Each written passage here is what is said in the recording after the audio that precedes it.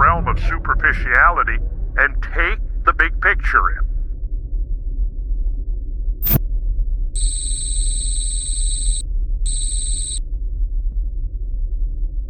Welcome to the big picture. Today we're diving into one of humanity's most exciting and essential frontiers, space exploration and the path to becoming an interplanetary civilization. This is not a science fiction podcast. It's happening right now. We'll uncover where we've been, where we're going, and what it'll take to get there. From the history of space travel to the moon as our next great step, a launch pad for deeper exploration, we're exploring planetary defense, asteroid mining, free-floating space colonies, and most importantly, why all of this matters for humanity's future. Our guide, Randall Carlson, a man you all know and love, has spent over 40 years exploring the great questions of our existence, and he is armed with insights, research, and a vision of what's possible. Tonight, he's bringing real evidence to show just how close we are to achieving what once seemed like an insurmountable goal. So, Randall, brother, let's begin with a moment that defined your generation and many generations to come. Where were you when humans first landed on the moon? Well, July of 1969, I was probably camping out in western Minnesota at that time. And I've not been able to pinpoint the day. Could go back and research and probably pinpoint the day and where I was that day. But I don't know precisely that day. But I do know within that week to 10 days where I was and what I was doing. And if I was camping out there in western Minnesota, I probably had no access to any media of any kind.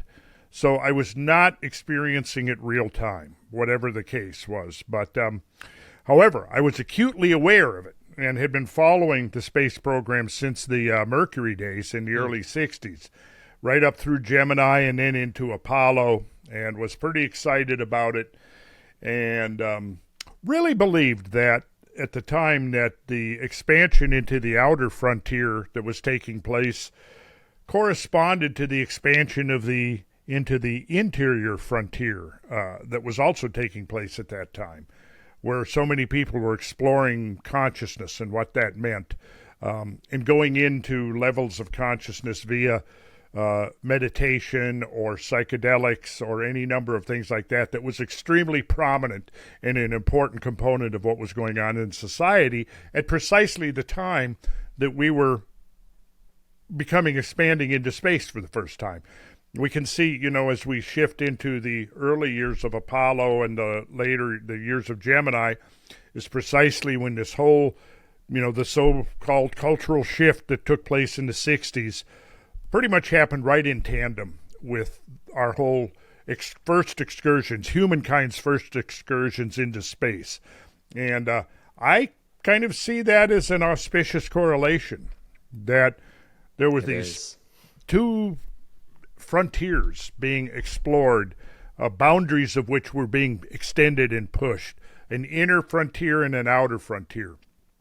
And so that was my impression at the time, and I stayed pretty excited about it right through the end of the final Apollo shot, Apollo 11, and then you had Apollo 13, and then the program pretty much got decommissioned, deactivated. So it was just allowed to languish in the Nixon years. And, of course, all of the debts of the Vietnam War were coming due about that time, and revenues because of government spending, but wasteful government spending, but largely because of the war. That was one of the incentives to downgrade our space program. And so this amazing fleet of Saturn rockets that had been built for Apollo were just allowed to go to rust. So you followed it through the coming years. What did you follow? Were you following the research? Were you following what was coming out of? I lost interest for a while after the waning days of Apollo, and then when nothing really, the momentum that we had going was completely squandered at that time. There were very ambitious projects on the drawing boards that there were people in NASA and supporters of the space program who fully believed was going to come to pass within the next decade or two, but obviously it didn't happen. What did happen, though, is we learned enough from the moon explorations, and I know you wanted to mention, some of the conspiracy theories about the moon landing, and you know that I never bought into the moon landing theories because the things I looked at just seemed to have very more prosaic explanations than, for example, shadows not being parallel. Well, citing that as evidence that I'm not sure exactly, it's been years since that was first proposed, and I looked into it and felt like, okay, every one of these seems to have an explanation that doesn't support the idea of a faked moon landing. But it was I don't know if I could even, there was a picture that they used a lot. Right, there was one was a shadow of the astronaut and a shadow of a pole, I think, that was off the lander, and you could see them sort of converging, but you could do that with anything. We could go out and take two shadows and stand back and take a picture of them, and they're going to not look parallel in the picture. You're going to see perspective. I mean, you've seen many examples probably of being out. You notice it all the time, perspective. You're walking down the sidewalk and you're looking at the street, and the street converges. As a kid, I spent many happy hours walking down railroad tracks, and you walk down the railroad tracks. I mean, what kid or boy anyway has not, tight-roped on the on a train track, right? Walking down the train track. But yeah, so you've got this perspective effect. So you've got this picture of these two shadows that looked like, and I'm not sure how, I guess it had to do with the sun being the only source. But anyways, they said that the upshot of it was that the shadows should be parallel. Right. Well, they are parallel. You're just, you're standing back taking a picture, and the convergence is an artifact of your perspective. What was the other one?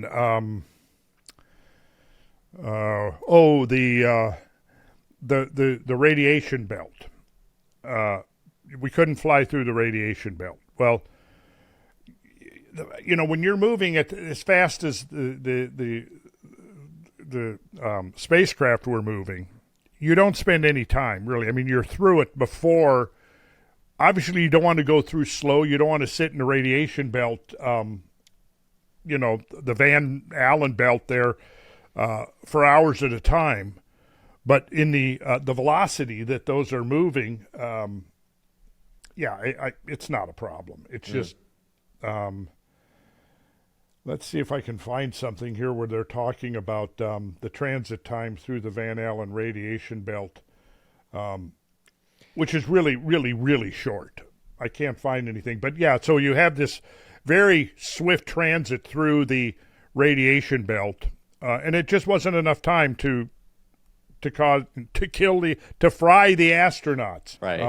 And I think what the space shuttle was moving between 3,000 and 17,000 miles per hour as it was flying, as it entered orbit. Yeah. And what was the other one? The stars, the absence of stars, Yep, I think. that was the other one. Because you have the picture with, well, here's the thing. If you look at that picture, it's very bright. It's basically daytime on the moon. Because you don't have an atmosphere, the sky is going to be black, right? And just like during the daytime on Earth, we don't see the stars, do we? No. Right? You won't see them on the moon either during the lunar daytime.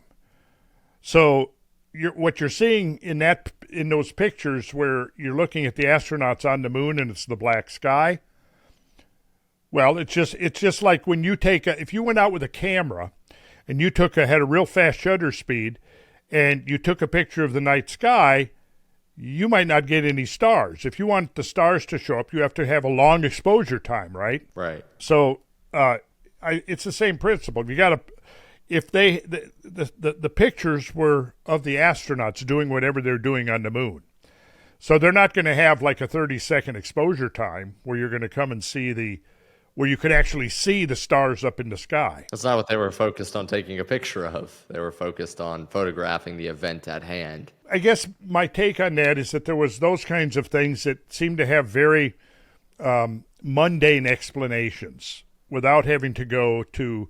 And then the other thing, of course, is because so many tens of thousands of people worked on the project.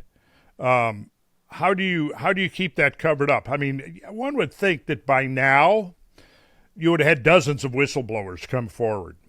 Where are they? I mean, because you're literally talking about tens of thousands of people that were involved in all aspects of putting those programs together, all the way up through Apollo. And, so were all the astronauts then sworn to maintain this storyline that they had been to the moon when they hadn't really? I just find that really implausible. Yeah. And the thing is, like I said, you would have had whistleblowers, no doubt. Just like, the Manhattan Project. You had 100,000 people working on the Manhattan Project, and nobody really knew what the final outcome of that project was. It was strictly on a need-to-know basis. And it was deliberately set up so that, what they were doing at the Hanford reactor, they didn't know what they were doing over at Los Alamos, or they didn't know what they were doing over in Knoxville. You see what and then at the end, they brought it together. However, obviously, that conspiracy was maintained for about, 3.5 years. And then, of course, at the end, everybody knew about it, right? Because they had to test the bomb out in Nevada, and then they dropped the bombs on Japan, and then, of course, at that point, the world knew about it. So, but if they had not deployed let's say for whatever reason they attempted to keep it secret, how capable do you think they would have been able to keep that secret for decades?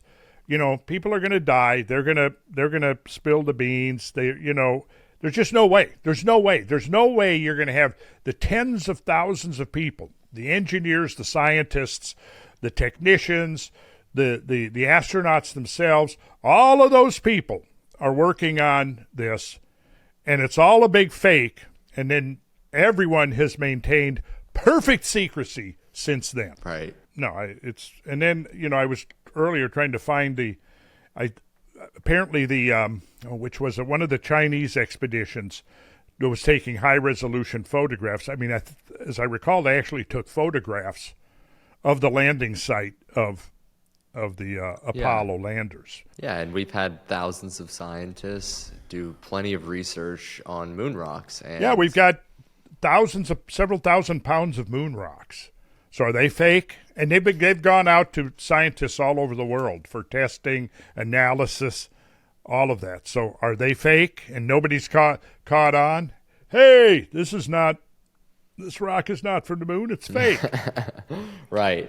Well, with that dispelled, I guess this is our little piece on it that allows us to investigate the future.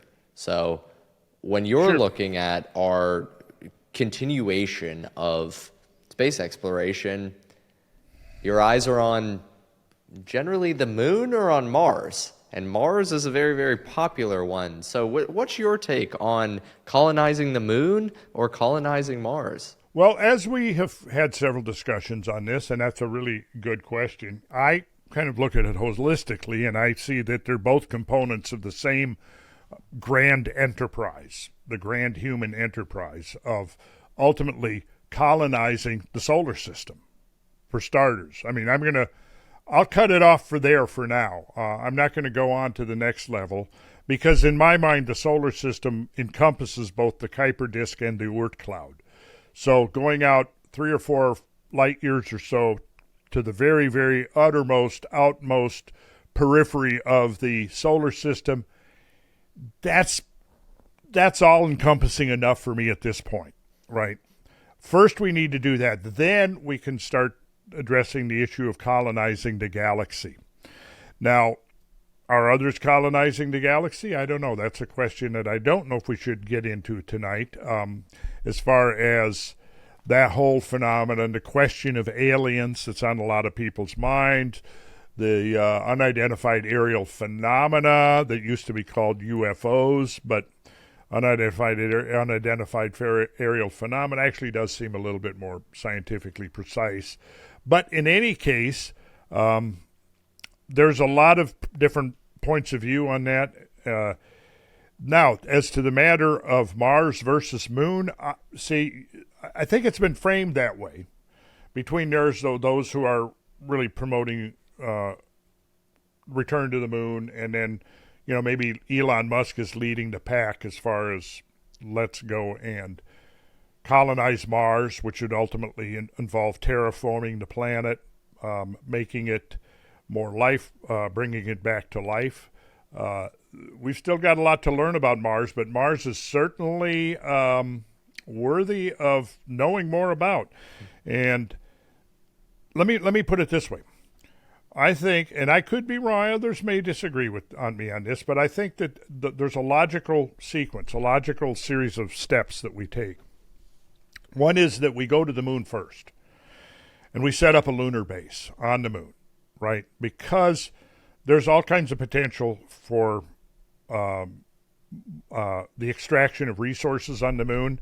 The regolith that covers so much of the moon, which is essentially the rubble that's accumulated over, 4 billion years of bombardment from bolides from space. So you've got this thick layers of this, for lack of a better word, call it rubble, that is composed of two things. It's composed of whatever the original lunar material, crustal material was, and the material of the impacting objects. But in either case, it is very rich in oxygen. In some of the areas, there's apparently as much as 60% oxygen. I think the figures that I've read in terms of sort of average compositions is minimum of 40% oxygen, which can be extracted from the regolith. Then you have the high refractory metals that are such a rich component of the regolith. Like we use these high refractory metals like aluminum and titanium and others to build heat-resistant, pressure-resistant hulls, for example, machinery, hulls of spaceships. And then we launch those spaceships to the moon. Then we find out from the lunar samples that some of the almost random lunar samples picked up have as much as 6% titanium in them. Now, when you pick up, which is like 10 times some of the most titanium-rich ores on Earth, roughly 10 times. So, wow.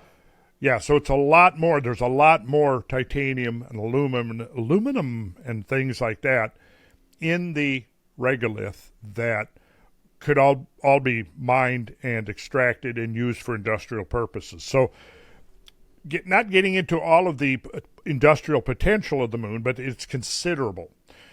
Probably the most, the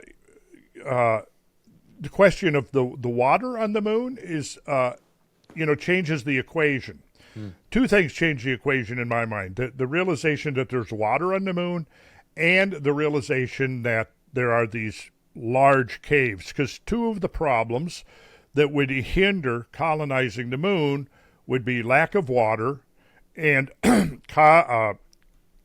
cosmic bombardment, cosmic ray bombardment, radiation on the surface of the moon. So you have to insulate anything you do, which means burrowing underground or covering it with thick layers of insulating regolith, which is one of the proposals, is that surface habitats or certain surface dwellings could be covered in the regolith, and I think up to 2 meters, and then that's going to insulate it from penetrating cosmic radiation.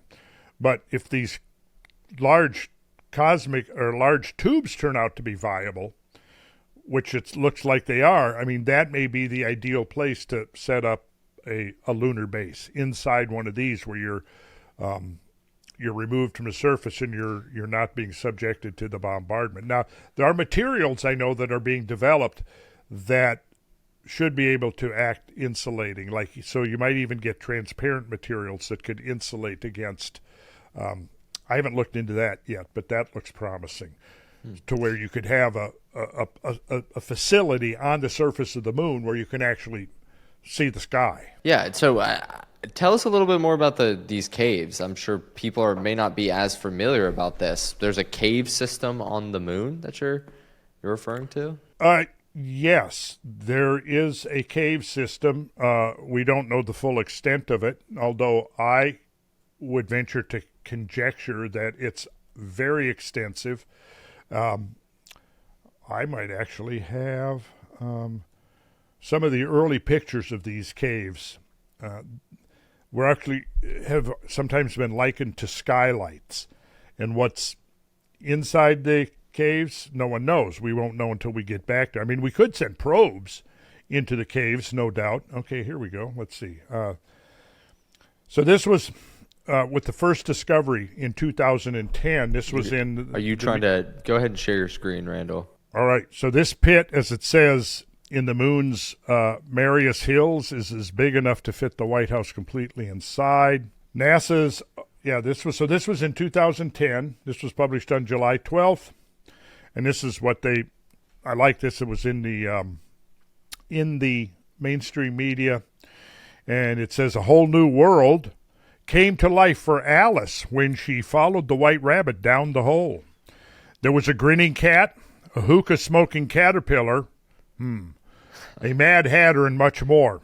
It makes you wonder, what's waiting down the rabbit hole on the moon?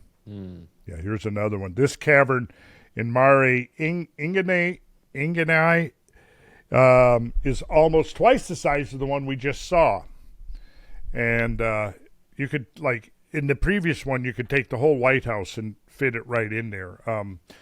So anyways, going on here, NASA's Lunar Reconnaissance Orbiter, the LRO, is beaming back images of caverns hundreds of feet deep, beckoning scientists to follow. And now quoting Mark Robinson of the Arizona State University, who's the principal investigator of the LRO camera, says this. He says, they could be entrances to a geologic wonderland. We believe the giant holes are skylights that formed when the ceilings of underground lava tubes collapsed. Japan's Kaguya spacecraft first photographed the enormous caverns last year. Now the powerful Lunar Reconnaissance Orbiter camera, it's the same one that photographed the Apollo landers and astronauts' tracks in the moon dust, is giving us enticing, high-resolution images of the cavern's entrances and their surroundings. So if you look up some of the recent maybe you got to look up there very quickly. Now, this is going back to when they were very first discovered. And then there was some new release on it that came out maybe a couple of months ago. I think back in May, you're talking about the paper that was published about the cave conduit system. The cave conduit system. And the conjecture that this might provide an ideal solution to the cosmic ray bombardment issue. And interestingly, I remember it came out 4 days. NASA released this press release 4 days after that interview I did with Matt Bell's Limitless podcast. Yeah, 4 days after we talked about that, and he dropped it and did a diagram, like a cutaway view of the moon showing a honeycombed interior. You remember that? I do. Yeah, this is here, I'm going to take over the share here. And please do. This is the radar evidence of an accessible cave conduit on the moon below the Mare Tranquillitatis pit. Tranquillitatis, I believe, is what it is. Tranquillitatis. I think this is what they were. So this is 50 meters wide, and there's a sloping... I think it's a sloping interior into something that could be, up to hundreds of meters of wide. So what does this mean? Like, what does this discovery mean for people in our investigation of colonizing the moon, what does this change for us? Well, I think what it does is it opens up a whole realm of opportunities here that didn't exist before, knowing that the interior of the moon may be so accessible. I don't think anybody was thinking. I mean, all of the scenarios that I'd seen up until a few years ago for lunar colonization was all confined to the surface of the moon. And most of them involved burrowing into the surface of the moon, building the facility, and then covering the facility over with the regolith, the rubble, like I said, a couple of meters thick, to act as a blanket, an insulating blanket. What this does now, it seems to me, is open up the possibility that, we can go into these caves and set up a base inside the caves. They're large enough that I would guess, given the precision that we've seen, for example, with the Falcon X rockets, Elon Musk's, it would seem like it wouldn't be a huge deal to be able to enter the caves, exit the caves, using thrusters to get the rockets in and out. And that would certainly be a feasible thing now that it looks to me like that would be doable. So how do you illuminate the interior of the cave? So that's a solution that would be very intriguing to me. Yeah.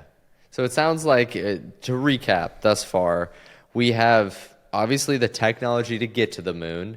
We have recent discoveries that suggest that we have somewhere to inhabit inside of the moon that would protect us from cosmic radiation.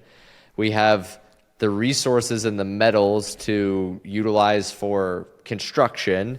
And we also have oxygen in high amounts in the regolith that would be able for human beings to breathe. Would that mean that we could utilize this oxygen somehow to create an atmosphere that we can breathe naturally? What would we do with the oxygen that is available in the regolith? Well, I mean, we would use it could contribute to creating propulsion, fuel, for propulsion, but it'd also be converted to air for breathing. I mean, I think that would be the primary role of it. Then the other thing is the water, and that goes back to around the same time as the discovery of the cave system in the moon. Was the realization that there's probably more water. There was space.com had a piece on it that came out in June 14th, 2010. So only 2 days after the previous press release that I just read about the caves. 2 days later, this came out after a new study. This was the title of the article. Moon has 100 times more water, new study suggests. Talking about the scientists that are looking at the evidence for there being more water than they had previously assumed. Here's the quote. They also think that the water, which is locked up in lunar rocks and material, is likely more widespread in the moon's interior than previous studies estimated. These findings now suggest that the lower limit for total water on the moon could be 100 times greater. Maybe by the end of this, we'll know that it's 1,000 times greater. But certainly the lunar poles. Now there's a whole lot of This was written in 1996 by John Lewis. This is from a book called Mining the Sky: Untold Riches from the Asteroids, Comets, and Planets. He said that if hydrogen were available on the moon, then the mass needed to be brought back from the Earth would be significantly reduced. Now, this is in terms of if we're going to create water. Obviously, you need hydrogen to create water, right? And the mass payback would be greatly improved. But the only plausible near-term source of the needed amounts of hydrogen on the moon is polar ice. Logistic considerations make the moon a very attractive base of operations if, and this is a big if ice is abundant in the lunar polar regions. So this was written in 1996 when they were first realizing and thinking about scenarios, what would be involved in colonizing the moon. That would start, of course, with the construction of a lunar base. So he goes on to say, my conclusion is that export of propellants from the moon for use in supporting space transportation is economically very marginal unless polar ice is found in quantities. So let's jump forward a decade, maybe a decade and a half, and we have now further evidence that there is abundant ice in the lunar polar regions. So on January 6th, 1998, so this is now what? This is 2 years after the quote that I just read. So on January 6, 1998, the Lunar Prospector was launched, carrying an experiment called the neutron spectrometer. This experiment was designed to detect hydrogen, which would indicate the presence of water ice on the moon. So then, as a result, data indicates, let me get something. Analysis of the initial data indicated water ice mixed into lunar regolith at relatively low concentrations. Okay. Probably only 300 million metric tons. However, subsequent data indicates that the lunar poles may contain up to 6 billion metric tons of water ice. Oh my gosh. So, you see, it's almost looking more and more like the moon is just tailor-made, set up, ready to go to be an outpost for the expansion into the solar system. It does seem that way. All of the cards are lining up perfectly for us. Yeah, it was Kraft. What was he, a German scientist? Eric, I don't know how to pronounce his last name. First name Kraft, Krafft. See if you can find him. And then his last name is EHR Ericki, maybe? Kraft Arnold Ericki. That's him. That's him. What's his claim to fame? He was a German rocket propulsion engineer and an advocate for space colonization. He is the co-designer of the first Centaur liquid, oxygen liquid hydrogen upper stage. Well, he was the one. He said that, which was a quote I always liked that resonated with me. He said that if God had not intended, and I'm paraphrasing it a little bit, if God had not intended humankind to colonize the solar system, he wouldn't have given us the moon. So it kind of expresses, and of course he said that before we knew about the water, before we knew about the caves. So if you go back and you look at the timetable for post-Apollo, yeah, the game plan was to have a permanent manned lunar colony on the moon by the 1980s. Wow. By the 1980s. So why are we so far behind? Well, politics. Because we got a bunch of dumb politicians wasting our money on really dumb, stupid stuff that doesn't yield up the value that's proportional to the investment made by the squandering of our money. That's basically what it is. It's why the Apollo program, why the plug was pulled on the Apollo program, was because the government had other spending priorities. Like I said, you had a couple of things. You had the spillover from the Great Society programs, which hugely increased the federal budget, which was like, hey, let's bring a huge percentage of the American population into a welfare system and make them beneficiaries of government largesse. We'll get them dependent upon government handouts, and we'll condition those government handouts, predicate those on certain conditions being met. For example, if you have a child out of wedlock, we'll pay you, right?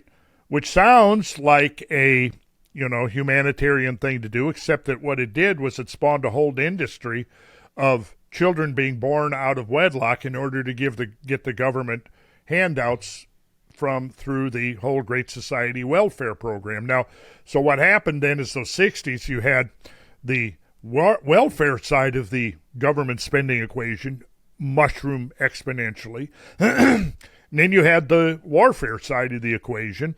The Vietnam War was costing hundreds of billions of dollars, and all of those debts are coming due in the early 70s. It's what essentially fueled the inflation that ended Jimmy Carter's presidency for the most part. But that was the point. I mean, all of this money was going to all of these other things, so it was just a matter of shifting priorities, and the space program wasn't a priority. All war and welfare were the priorities, basically, is what it came down to. So it was there was enormous spending cuts to NASA, the whole Saturn fleet that had been constructed, which was perfectly good, a multi-billion-dollar investment, and they get this fleet built, and then what do? They just pull the plug on it. They decommission them. They put them out to pasture. Some of them are in museums. There's one, at least I don't know where it is now. Maybe they've decided to try to restore it a little bit, pretty it up and put it inside the museum. But when I went to the Air and Space Museum in Huntsville about 10 years ago, they had a Saturn rocket that was sitting out in the field next door and basically just rusting away. So that's essentially what they did. Unlike the private sector, who, if they made a multi-billion-dollar investment to create this new unprecedented infrastructure, they wouldn't decide right at the point where it's beginning to really yield fruits and prove its worth in its viability. At that point, to say, we did this. Let's not just take all these this fleet of rockets and just decommission them, let them sit out in the field and rust away. I mean, however, there was a major conceptual leap that was made in the mid-'70s, and that was through the work of Gerard O'Neill and his students at Harvard, I believe it was. And I think you've looked into Gerard O'Neill just recently? I have, yeah. And what did you find out? I found out that he was quite the visionary. Oh, yes. Yes, he was. But what he was trying to do was take a vision and actually make it practical. Mm-hmm. And he came up with let's see, what I have something here probably that would be worth quoting a few things from old Gerard here. Unless you got something handy. Go ahead and share your screen if you would like, Randall. Here is. Yeah, Gerard O'Neill most famously is known for his book, The High Frontier, and it is quite an interesting read going through. Oh, there it is. Well, now I'm seeing this mirror image. Are you seeing it mirror image, or are you seeing it? I'm seeing it great. Okay. Spot on. All right. So, yeah, that's Gerard O'Neill's book there. All right, and here's the quote. We now have the technological ability. Now, he's saying this is first in 1976.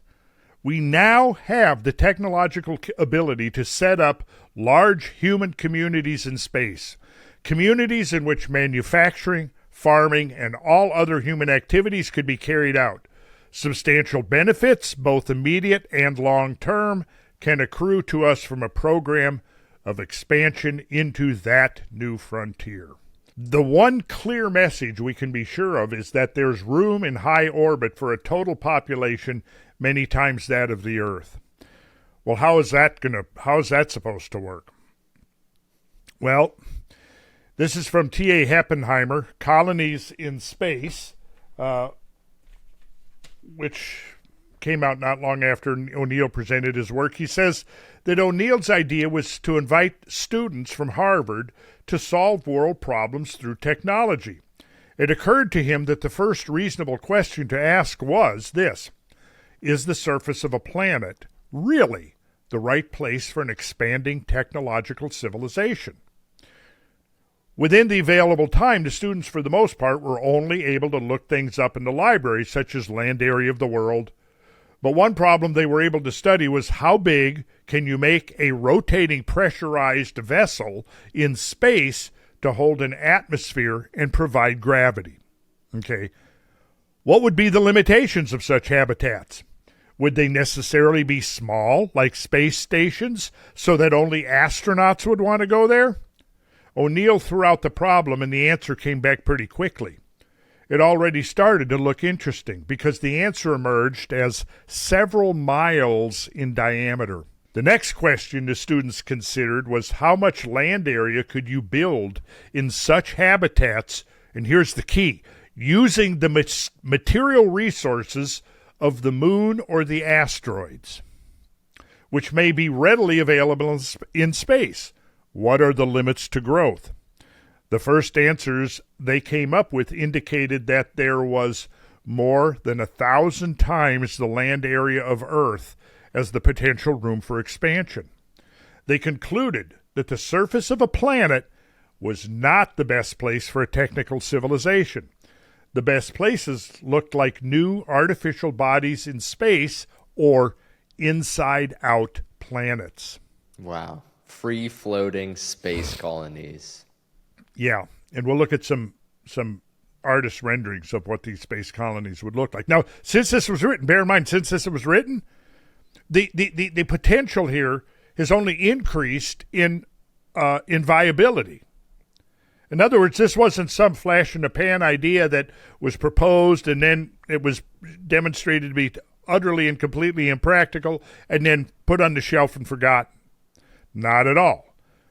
It goes on here. Heppenheimer goes on. The classical science fiction idea, of course, is to settle on the surface of the moon or Mars, changing the conditions there as desired. Turned out that there were several things wrong with this. However, first, the solar system doesn't really provide all that much area on the planets, a few times the surface area of the Earth at most. And in almost all cases, the conditions on these planets are very hard to work with. The idea of using a planet to provide gravity and to hold an atmosphere really represents the hard way to go about doing these things. Really tremendous amounts of material must be collected, enough to make a planet 5,000 miles in diameter before there's enough gravity to hold down an atmosphere and keep it from leaking into space. Ever since Wernher von Braun published his space station articles in Colliers over 20 years ago, people have been aware that a few tons of metal will suffice to build such an inside-out world to give gravity and an atmosphere. Also, space is not an empty, hostile environment. It is a culture medium. That's an interesting way to describe it. Rich in energy and the resources needed for life. An artificial world in space gets solar energy full time, without the day-night cycles and the atmospheric absorption of a planet. Further, planets have strong gravity fields against which a spacecraft must fight. The Earth's gravity is strong enough to have the same effect as a hole 4,000 miles deep, out of which we must climb. If we wish to colonize the surface of another planet, we are just climbing up a deep hole, passing through the sunshine of space, and then going down another hole. It's a powerful visual description of that. Yeah. So in his revised 1980 revision of The High Frontier, O'Neill says, the normal first reaction to such a statement, essentially what I just read, is disbelief. Isn't such a development beyond us? Not at all. The settlement of space by humans could be carried out without ever exceeding the limits of the technology of this decade. But even if it is possible, should we make the effort? Now, that's interesting. I mean, here we're looking at 35 years ago, right? Now, we've advanced technologically since then in all kinds of areas, right? Things that would be tremendously useful for carrying forward a program of development and colonization such as we're seeing described here. We are so used to living on a planetary surface that it is a wrench for us to even consider continuing our normal human activities in another location. If, however, the human race has now reached the technical capability to carry on some of its industrial activities in space, we should indulge in the mental exercise of comparative planetology. We should ask critically and with appeal to the numbers whether the best site for a growing, advancing industrial society is Earth, the Moon, Mars, some other planet, or somewhere else entirely. Surprisingly, the answer will be inescapable. The best site is somewhere else entirely. Travel away from a planetary surface requires high thrusts and precise timing, and is therefore relatively difficult and expensive. On a planetary surface, we are the gravitationally disadvantaged, at the bottom of a deep hole in potential energy. From Earth, to raise ourselves into free space is equivalent in energy to climbing out of a hole 4,000 miles deep, at a distance more than 600 times the height of Mount Everest. So that's the same idea that they're making. So each time the balance is tipped for a particular industry so that production in space becomes cheaper than on Earth, we will be relieving Earth in two ways. We will be removing the burden of energy usage and materials mining for that industry, and we will be generating an additional force to draw away population. So this is from a recent website, jumping forward 35 years. This is from a website that was probably published within the last year or two. So it's called The Edge of Space. I thought it was interesting. We've seen it all. Heated debates unfolding on the internet. Famous scientists comment on it only for it all to lead us to this one question: to colonize space or not to colonize? The answer, however, is not so easy to unravel. Space colonization has been a controversial subject for ages together now, one with numerous arguments for and against it. The answer to a question as universal as this is not just the space community's decision to make. So what's in it for us? That is space colonization. Simply put, and I think this is, in the long run, the most important consideration, we prevent human extinction and pave the path for descendants to come. The arguments in favor of colonization are primarily two: long-term survival of human civilization in the event of a catastrophe on Earth or otherwise, and expanding our civilization well into our solar system. Let's pause there for a second. I have been working on a series at Squaring the Circle on the whole question of apocalypse. I'm calling it Apocalypse Unsealed.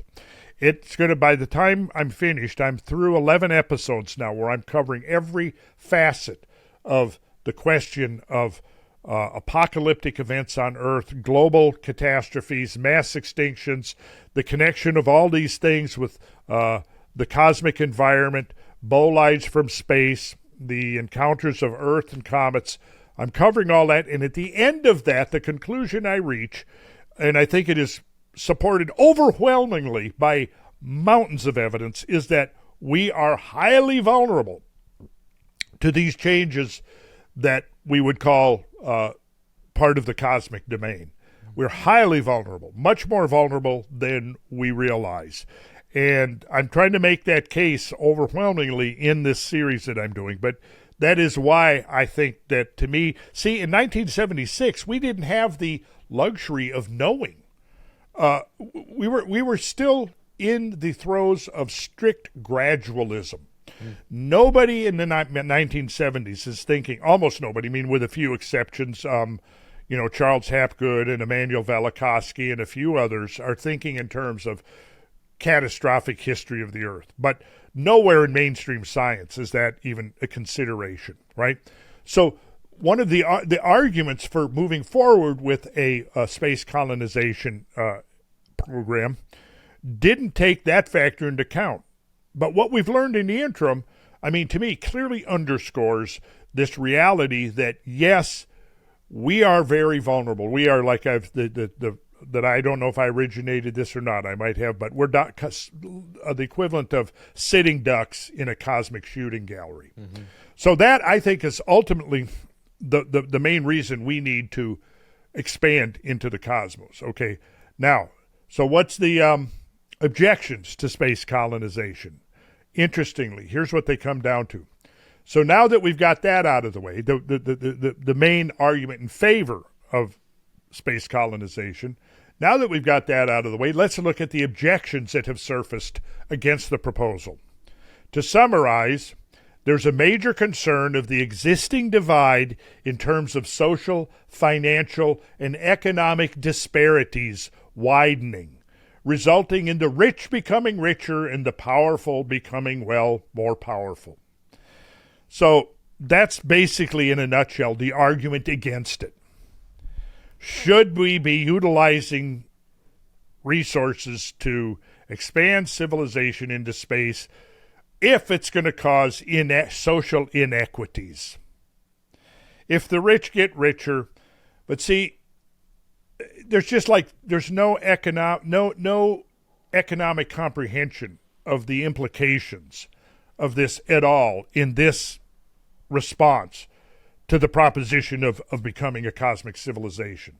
It's just more of, I remember in the 70s being excited about the idea, and, why are we pulling the plug on Apollo? Let's keep going here. Look at some of these ideas that are on the drawing boards now. And the thing I heard over and over and over again from people, the primary objective is that, well, we can't be wasting money, spending money on space when we have so many problems here on the Earth we have to solve first. Okay, so let's go 1976, when I mentioned the other night that the first place I heard about O'Neill's concepts was in Stuart Brand's Coevolution Quarterly. Yeah. Right? And if I go... So we're looking at almost half a century ago, right? Almost half a century ago to 1976. So I've been a proponent of this, an advocate of further space activities, etc., all through the 70s, the 80s, right on through, right? All the way along that, whenever I brought it up and taught you, whether it was, in a circle of friends or just casual acquaintances or at a public presentation or lecture, I always heard this over and over again, some variation on, well, we've got so many problems on Earth, we need to address those first. Well, the way I look at it is almost a half a century has gone by. Have we solved all those problems? No, we have not. I would say no, we haven't. In fact, we're closer now to Armageddon than we were in the 70s. We haven't been this close to an all-out war that could actually go nuclear since the early 1960s, at the peak of the Cold War, when we had thousands of megatons aimed at each other between the Soviet Union and America. Well, we've definitely improved and solved some problems for sure. There's no question. And we've made some very significant advances that are going to be very useful going forward. However, maybe it comes down to this. Okay, we are now confronting Russia in Ukraine. And, the question is it going to stalemate? Is it going to escalate? Or is it going to de-escalate? I am hoping that when Donald Trump gets in, he really follows through, that he's going to de-escalate it, that he can do it, that he's capable of doing it, because that's right now the single most important issue facing the human species on Earth right now, is the avoidance of a conflict that could go hot, and then potentially, once going hot, could go nuclear. What's the Ukraine conflict ultimately all about? Well, it's about resources. It's competition for resources. And the neocon contingent in Washington is coveting the resources of particularly eastern Ukraine, but Ukraine in general. For example, 1.1 billion cubic meters of natural gas. At least the second largest coal reserve in Europe. probably the most manganese-rich deposits in Europe. Other precious metals, shale oil gas in huge amounts. Did I say billion? 1.1 billion, yes, cubic meters of natural gas. Mm-hmm. I mean, the estimates that I've seen put the value of those resources in current dollars as between 11 and 13 trillion dollars. Now, obviously, if Ukraine becomes the whole issue when Yanukovych was elected was he wanted to normalize relations with Russia, which included being neutral, not joining NATO, being neutral, and carrying on normal trade with Russia. Okay. Also, the Eastern Ukrainians, who are basically ethnic Russians, really in a referendum going, I think it was in 2014, yes, when they wanted to actually separate from the main government at Ukraine, at Kiev, which, hey, anybody who looked at it and knew about it back then knew that it was totally corrupt. But see, that created problems for the agenda, which is basically the U.S., and this is part of the Project for a New American Century. It's part of the whole thing that goes back to the War on Terror, which was nothing more than a power grab to get control, an effort that pretty much failed in its own way. What we see going on now is a continuation of that effort to get control of the Middle East and all of its resources. Mm-hmm. The war in Ukraine is about getting control of those resources. If Ukraine joins NATO, $13 trillion of natural resources are now under the control of Washington and whoever's running the show in Washington, which is this neocon cabal, who we know is right now. We know that certainly, what's his name? That guy who's pretending to be a president? Oh, Biden. So we know that he's not running anything. He has no idea what's going on. He's in his own world. We know that Kamala Harris is not running anything. She's not making decisions. Who made the decision that we're going to fire intermediate range missiles into the heart of Russia? It wasn't Biden and it wasn't Kamala. Who was it? We don't know. But somebody is behind the scenes making these decisions. And then, ironically, the people who are supporting that administration are the ones who are going on and on about democracy and accusing Trump of wanting to destroy democracy, while the administration that they have been supporting has already destroyed democracy. But not to get off on that, okay? What it really comes down to is, my point is this: resources, okay? There is a certain mindset, a zero-sum mindset, a Malthusian mindset that believes that it's going to come down to whoever has the biggest guns and the most power gets to control the ever-diminishing resource base of Earth, right? That's what it's ultimately all about. Now, all of the conservation movements and environmental movements ultimately primarily get back to our utilization of natural resources in one form or another, right? Pretty much across. So here's the thing. We could already, now again, here's an important point. It needs to be reiterated. We could already be harvesting the riches of the cosmos if we had kept up the momentum of the 60s and 70s. We didn't do that. We shifted over. For one thing, what we did was we abandoned our disposable boosters and went into a different model, which was a reusable booster. That's what led into the space shuttle and this building of the space shuttle. Because when NASA went to Congress back in the, I guess, late 70s or mid 70s to late 70s, when all of this is going on, we could look it up when they did this, but they sold Congress on the space shuttle project. And one of the things that they said was that when they had it complete and fully functional, they would be able to do 40 missions per year. 40. What does that work out to be? One launch, let's see. So we go 365 divide by 40. That's one launch basically every 9 days. Wow. Well, of course, that never happened, and it was never feasible in the first place, right? Yeah. Especially the way governments operate. Well, what we saw happen, you know how government contracts work, at least in the arms industry, and it also with the aerospace industry. It's all contracts are all cost plus a fixed fee. What that means is that there's no way for the aerospace industries that are building the rockets and the shields and the propulsion device, all of this, right? They're getting a guaranteed profit. Okay.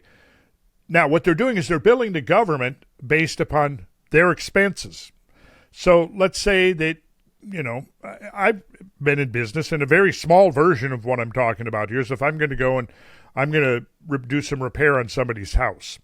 They call me up, I go and I look and I go, well, okay, I know that this and this and this need to be done, but there's probably a bunch of things we don't know that need to be done. So you have to put in a contingency to cover the unknowns. We'll start in the contract. I'm not going to give you a fixed figure, a lump sum price, because we don't really know, you know, how much it's going to be, because there's unknowns here. We're going to have to open up some walls or whatever, and we're going to have to do some exploration to figure out what the problem is in order to fix it, right? Now, so what I want is I want to get a guaranteed amount. In other words, here's what we do. I come in there, I do the work, I fix everything, and I bill you for that, and my fee is either going to be a percentage of that, a fixed fee of that, like on top of that, I'm going to get X amount of dollars, or I can have an adjustable fee so that the more, if I get 10% of the costs, that's my fee. Mm-hmm. Now think about what that means, okay? I'm getting 10% of the cost. Well, obviously, the more it costs, the more you make. The more I make. Now, all of these contracts that are being let out by NASA are cost plus a percentage, right? This is why in the 80s, you may not remember this, the big scandal during the Reagan administration when they found out that the Pentagon is paying $700 for a manually activated, inertially enhanced impact generator, right? A manually enhanced, inertially enhanced impact generator. Well, yeah, I mean, whatever that was, I mean, it sounds pretty complicated. No wonder it cost $700. But you know what it was? A fucking hammer. That's what it was. Now, this is how... Manually activated, inertially... What was it? Manually activated, inertially enhanced impact generator. I'm not kidding. Okay, so this is how... So they're billing the government $700 for a manually enhanced inertially enhanced impact generator. And what are they paying for it? They're probably paying $15 or $20 for it. It's a hammer, a regular hammer, like you can go into the hardware store. It was the same thing with I forget what they called it, but like a $700 toilet seat, right? It was a huge scandal. But what it is okay, so they're billing the government, and then on top of it, here's our expenses. We had to buy a manually enhanced, et cetera, $700. And now you get 10% of that, or 15%, whatever the percentage is, see. Well, that's getting 10% of $700 is going to be a lot better than getting 10% of $16, right? Well, so what this did is it rammed up the cost of everything in the space program, because it's now being funded through the same process essentially as the military. The way the contractual relationships are set up. So there were huge cost overruns building the shuttle. And once it was done, then you had the situation of now NASA had to justify to Congress, and Congress, who approved it based upon 40 flights, a flight every 9 days. Well, what are your payloads? What do you every 9 days? Are you launching up an empty space shuttle in order to get, have a launch manifest? That's it. What are you hauling up into space? So now they had to concoct up and some kind of justification for 40 flights per year, and what it was the International Space Station, which, of course, has been problematic ever since day one. Yep. Why? Because what they're doing is so now they're shipping up the pieces, right? And of course, there's only so much payload that you can carry on this, because for one thing, the boosters were the reusable part. So no, I'm sorry, was the expendable part. So a booster comes up, launches the shuttle, and then the booster falls down and it's used once, and then you're done with it, right? Completely the opposite of the approach that Elon Musk is doing, and we'll play that in a minute for people who haven't seen it. The extraordinary return of the Musk's rocket back to the launch pad. Yeah, here it is. They're bringing it back. So this is a reusable booster. So it had a rocket on it. It carried the rocket up, and then the booster fired the rocket. Here it comes. Yeah, this is just incredible. Incredible. I would highly encourage everyone to go online and just look at this on the biggest screen as you can. I mean, this is just incredible what they achieved here. Yeah. Yeah, here it is. The booster is coming back. They're bringing back the booster to reuse it. Now, there were problems back in the 70s and 80s with reusable boosters, right? In some respects, they were almost too problematic. So the single boosters, like the Saturn rockets or the Titan rockets, they were used once. You know, the Titan rocket would fly up, it would launch whatever its capsule, and then it would fall back to Earth, and that was it. It could be used once. And of course, what they were using for Viking and for the Apollo programs and a bunch of other missions were basically retrofitted ICBMs that were originally designed and built to launch nuclear warheads at the Soviet Union. So they have their pedigree goes back to the V2 rockets in World War II. Because our first ICBMs were essentially just upscaled versions of those rockets. And then, so right there you go, okay, what they've done is they've repurposed these boosters that were originally built for another purpose. So by going right from the beginning and designing something like what Elon Musk has done, he's designed those boosters. Those boosters would not be used for delivering warheads, right? No. And so, yeah, so you start from the beginning with a different set of criteria upon which your design is based. So you come up with a design that's really tailored for exactly what its function is going to be, and that's what Elon Musk has done. So, and then we see what happened with the space shuttle program. Because of the cost overruns and the mismanagement, you had two, Challenger and Discovery. You had two major that completely. So Challenger explodes, completely sidelines the whole shuttle program.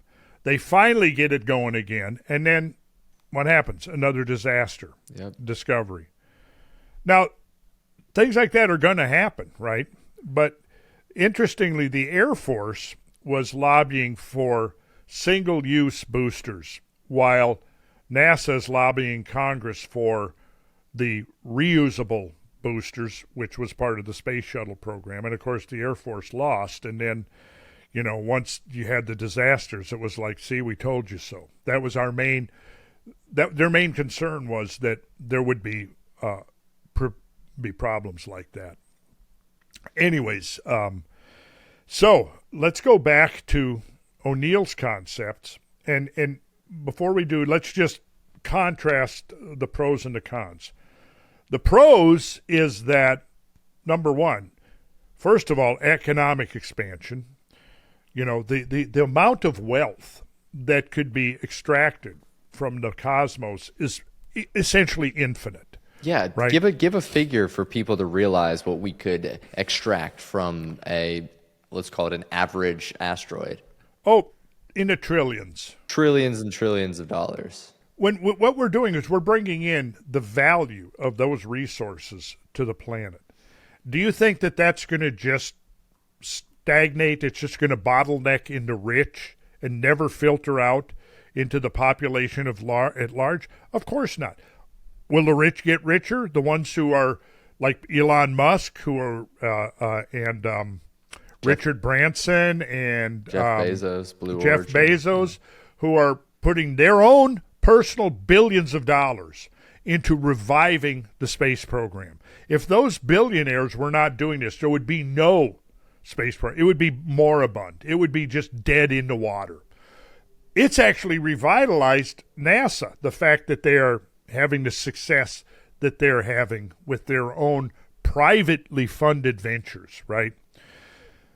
This same social contingent, though, that is concerned, like it says here, the concern about the existing divide in terms of social, financial, and economic disparities.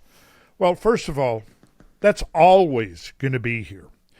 The billions of dollars we've thrown at that very social problem, say since the 60s in the Great Society, what is it? It hasn't solved it. It hasn't solved it. What it has done is created an underclass of dependence upon the almighty state. That's what it's done. So anybody who's working and producing, they're being taxed to support a deliberately created underclass of dependence, right? Why? Why would you create an underclass of dependence? Well, because obviously if you're getting handouts from someone, from the government, and you have two sides, one side says, we can't afford that. It's not the government's job to be welfare. That's nowhere in the Constitution does it say that the government is supposed to be, providing that. Then the other side says, well, you're looking at it, you're going, okay, this group wants to take away our benefits, whereas this group wants to keep providing them. Who are we going to vote for? We're going to vote for who's going to continue giving us handouts, right? Now, this is not an argument against social welfare. It's just how do we dispense social welfare? And I don't think a gigantic political bureaucracy is the way we do it. And in fact, the way it was done before the government stepped in during the New Deal and through the right up through the Great Society years, what they did was they came in and they preempted the other institutions that were actually growing and evolving that were doing that job of taking care of the downtrodden, the poor, all of that. That if you look at the history of welfare in America, what you see is you had a very robust private system, far from perfect, of course, because look at where humanity came from in the 16, 17, 1800s, right? We were evolving. Our consciousness was evolving. Our social consciousness was evolving. Our sense of morality was evolving. We didn't, as a rule, we spoke out against torture of, war prisoners or political prisoners, etc. Right. However, it still kept going on, but nonetheless, at least we gave lip service to it. We recognized that it was wrong. And we recognized that slavery was wrong. And everywhere, advancing societies ridded themselves of slavery. Interesting thing was, we should comment on this. By the time of the American Civil War, slavery was already economically obsolete. Everyone would have known that 10 years down the road. And technological advancement, industrial advancement was rapidly making slavery an uneconomical institution to maintain. And so what would have happened if in a free market is that those, whether it was, in this case, it was the agricultural sector that was primarily in the South, they would have been using advancing technological means.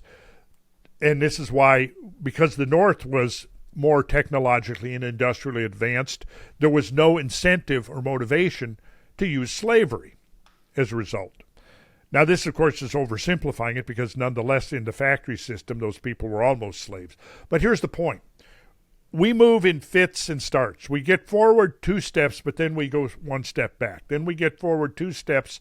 And so we've come to a place, I think, now where we have to realize that maybe the political sphere is not the most effective or optimum way to dispense social welfare. And I think that a case could strongly be made that, yes, this is the situation, because all you have to do is look at any institution that's managed or run by the state. And what do you find is the dominant force within that is the bureaucracy. All you have to look, case in point, education in America. Education in America has gone from a small, decentralized system that's controlled by teachers, by parents, and by students into a huge monstrosity that now has thousands of administrators. The ratio of administrators to actually teachers is just ridiculous and consumes hundreds of millions of dollars. Now, having been involved with the homeschool movement for many years, I saw, by contrast, what a small decentralized system with owned, run, and managed by homeowners could accomplish for a fraction of the cost of the large bureaucratized, institutionalized system of dispensation of education by the centralized state. Same thing in the space program. What we see is it being borne out now is that the government had basically exhausted its momentum and created a vacuum. But look at these guys, Musk, Bezos, Branson, all grew up with my generation, watching Star Trek, watching Star Wars, seeing the actual, getting excited over the space program, the difficulties we overcame. You know, the first, what was it, 9 testings of the rockets that were to launch astronauts into space. The first 9 tests, I think it was, failed. Right. Yeah. Something like that. I think it was 9 before they finally had a success. And, of course, Elon, Bezos, Branson, they've all had failures. But they came back. They learned from those failures. And they pushed on, and now look what they're doing. So yeah, and it should not, failure should not be the thing that scares us away from progress or doing courageous things. Correct. And the idea 100%. of avoiding the idea of spending our existence avoiding fears as the driving force for us is going to leave us exactly where we sit today. Right. So I just don't buy the core of the argument against space colonization, that it's going to introduce inequities. Who cares? I mean, if you end up now, if you're a poor person, but you're worth $1 million, and you have access to energy and resources, I mean, what difference does it make? I mean, you talk about a disparity. A rising tide lifts all boats, as they say, right? Well, if we bring in a few $1 trillion every year of real wealth, not fake wealth, that's the political sector, the Federal Reserve, just inflating the money supply without there being any real wealth associated with that inflation of the money supply. The difference here is we're talking about real, actual wealth, right? We're talking about mineral resources and who knows what else, but primarily it's going to be mineral resources. But, asteroids are all loaded with hydrocarbons, so that would also be accessible. Hydrocarbons that could be used for energy. But see, the main here's I think where we should be going with this is that we should have a game plan in the next, say, 2 generations, say 50 years should be ample enough time to essentially offload our entire industrial base of civilization from the planet itself. And the environmentalists, this again, virtually every program that they have, all of the activists and so forth, what are they protesting is essentially the industrial impact of our civilization on the planetary biosphere, right? So it would seem to me that this would be something that everybody could get behind, right? Now, I'm sure that there are going to be a lot of people who don't. Why? Really, because what it boils down to is that what's being implied in this is just, it's too much for them to grasp. It almost triggers like a response. It's just too much. They can't wrap their head around the idea of that we might actually expand within a generation or two and become a space-faring civilization. That we could do that. But then when you look at some of the other stuff, I mean, I think we are on the verge of major technological breakthroughs, as you well know, because you have been sort of an intimate part of the whole sort of controversial emergence of the plasma technologies, which are coming out. You know, there's been some bumps in the road, but I think we've both seen enough to know that there's something very powerful there. And it's been confirmed by independent sources that, yes, plasma energy really does seem like it could be a viable energy of the future. And it's emerging in a way where it's making such a large splash that no matter what happens with the popularized camps that are bringing this out right now, hopefully it spreads its way into more well-funded research into academia, and it's not this fringe idea that seems similar to when people say, let's colonize space. Well, and here's the thing. It's the more I'm learning, the more it seems to me that this technology would be the perfect complementary system with this movement into space. It may provide us a whole nother way of thinking about how the type of systems by which we propel rockets into space, how we transit between Earth and the moon or moon and Mars. And getting back to your question about is it moon or Mars, I think it should be moon and Mars. That's, moon and Mars have their place, as does free-floating colonies, which I want to come back to also, because I know a lot of people listening have probably seen some of the stuff online. Bezos has a very interesting website devoted to his updated version of O'Neill's space colonies, which are extraordinary. In fact, we could get into some of that right now. But let me go ahead, and since you asked that question, let's address it.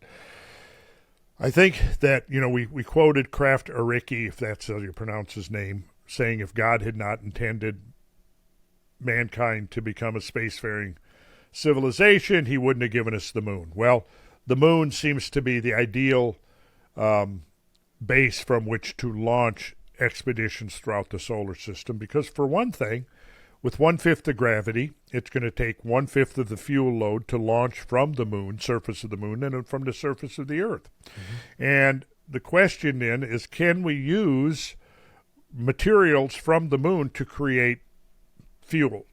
Yes, the answer is yes, it appears to be the case.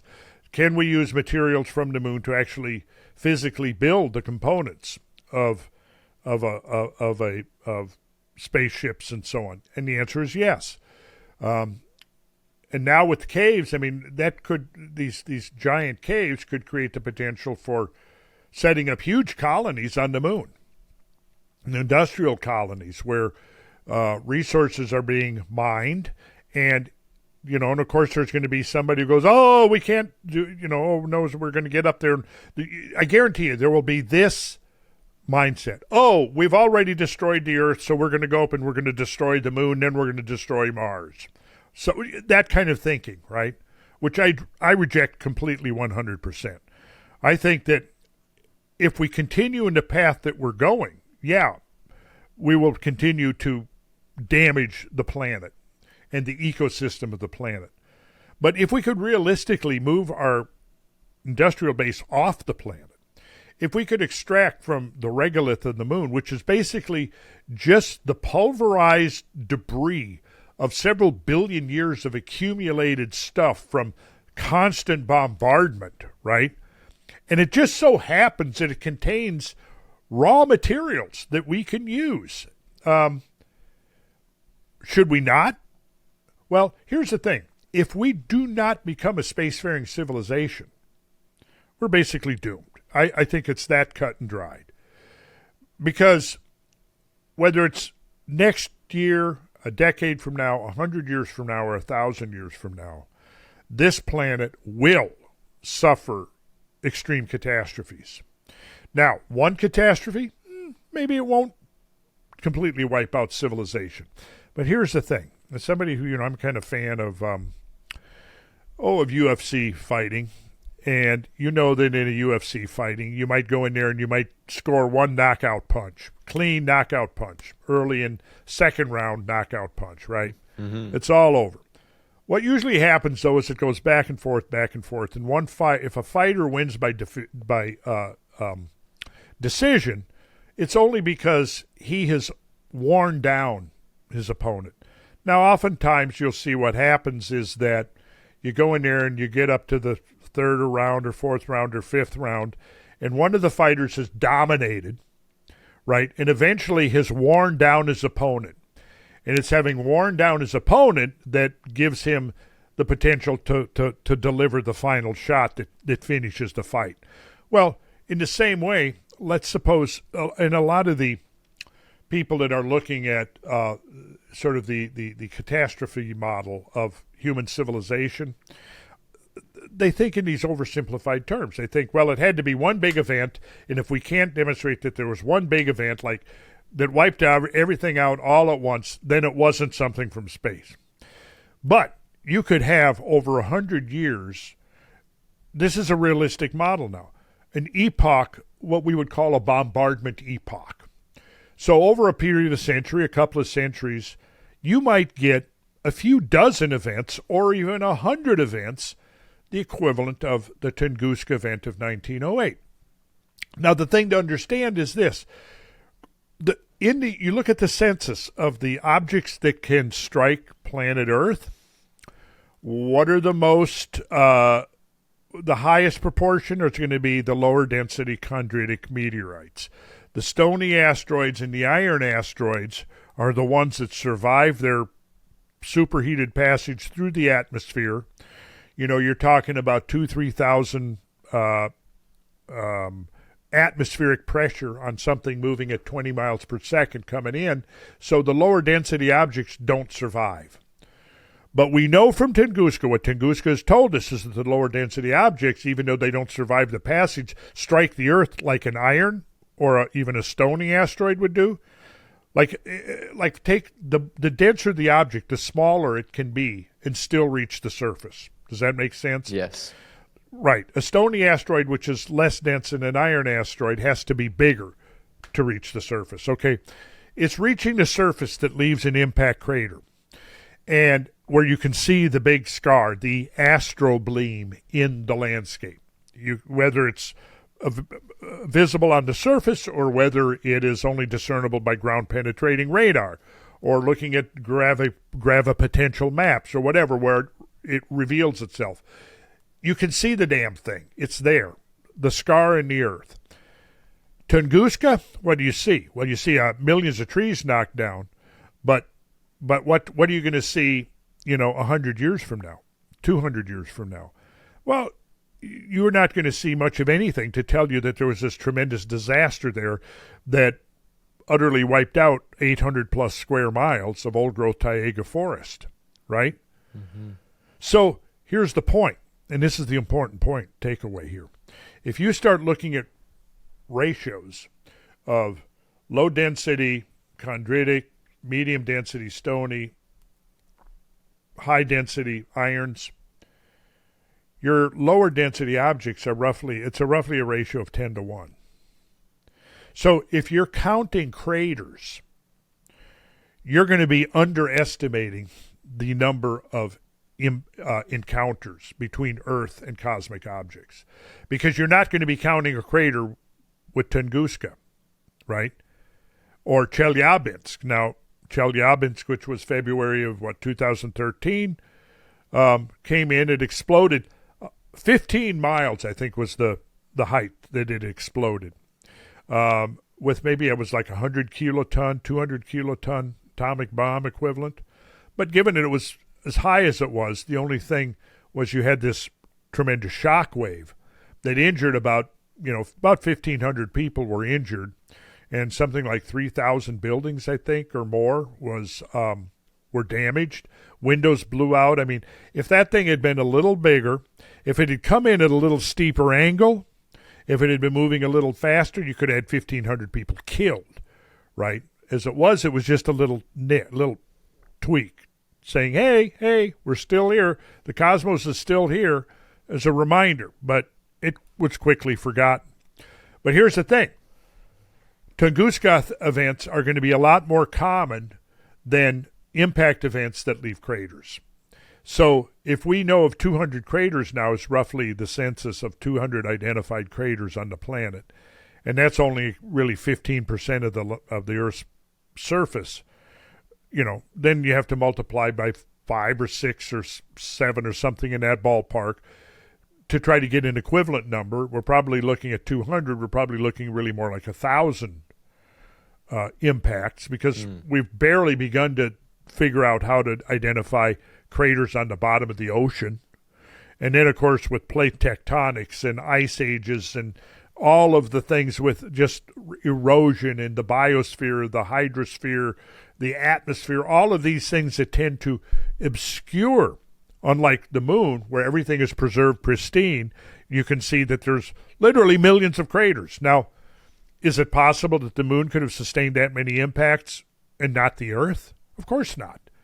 In fact, the Earth is actually much more prone because, number one, it's a larger cross-section, and it is, much denser. It's much more massive than the moon, and therefore its attraction to things flying through inner space, inner solar system, is going to be much greater. It should be like 80 times the target of the moon. I believe I've read something on that.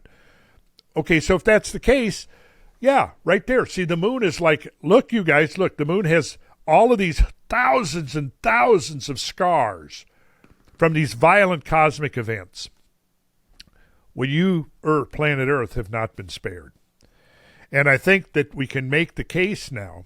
We certainly can make the case that there is a correlation between extinction episodes and cosmic bombardment.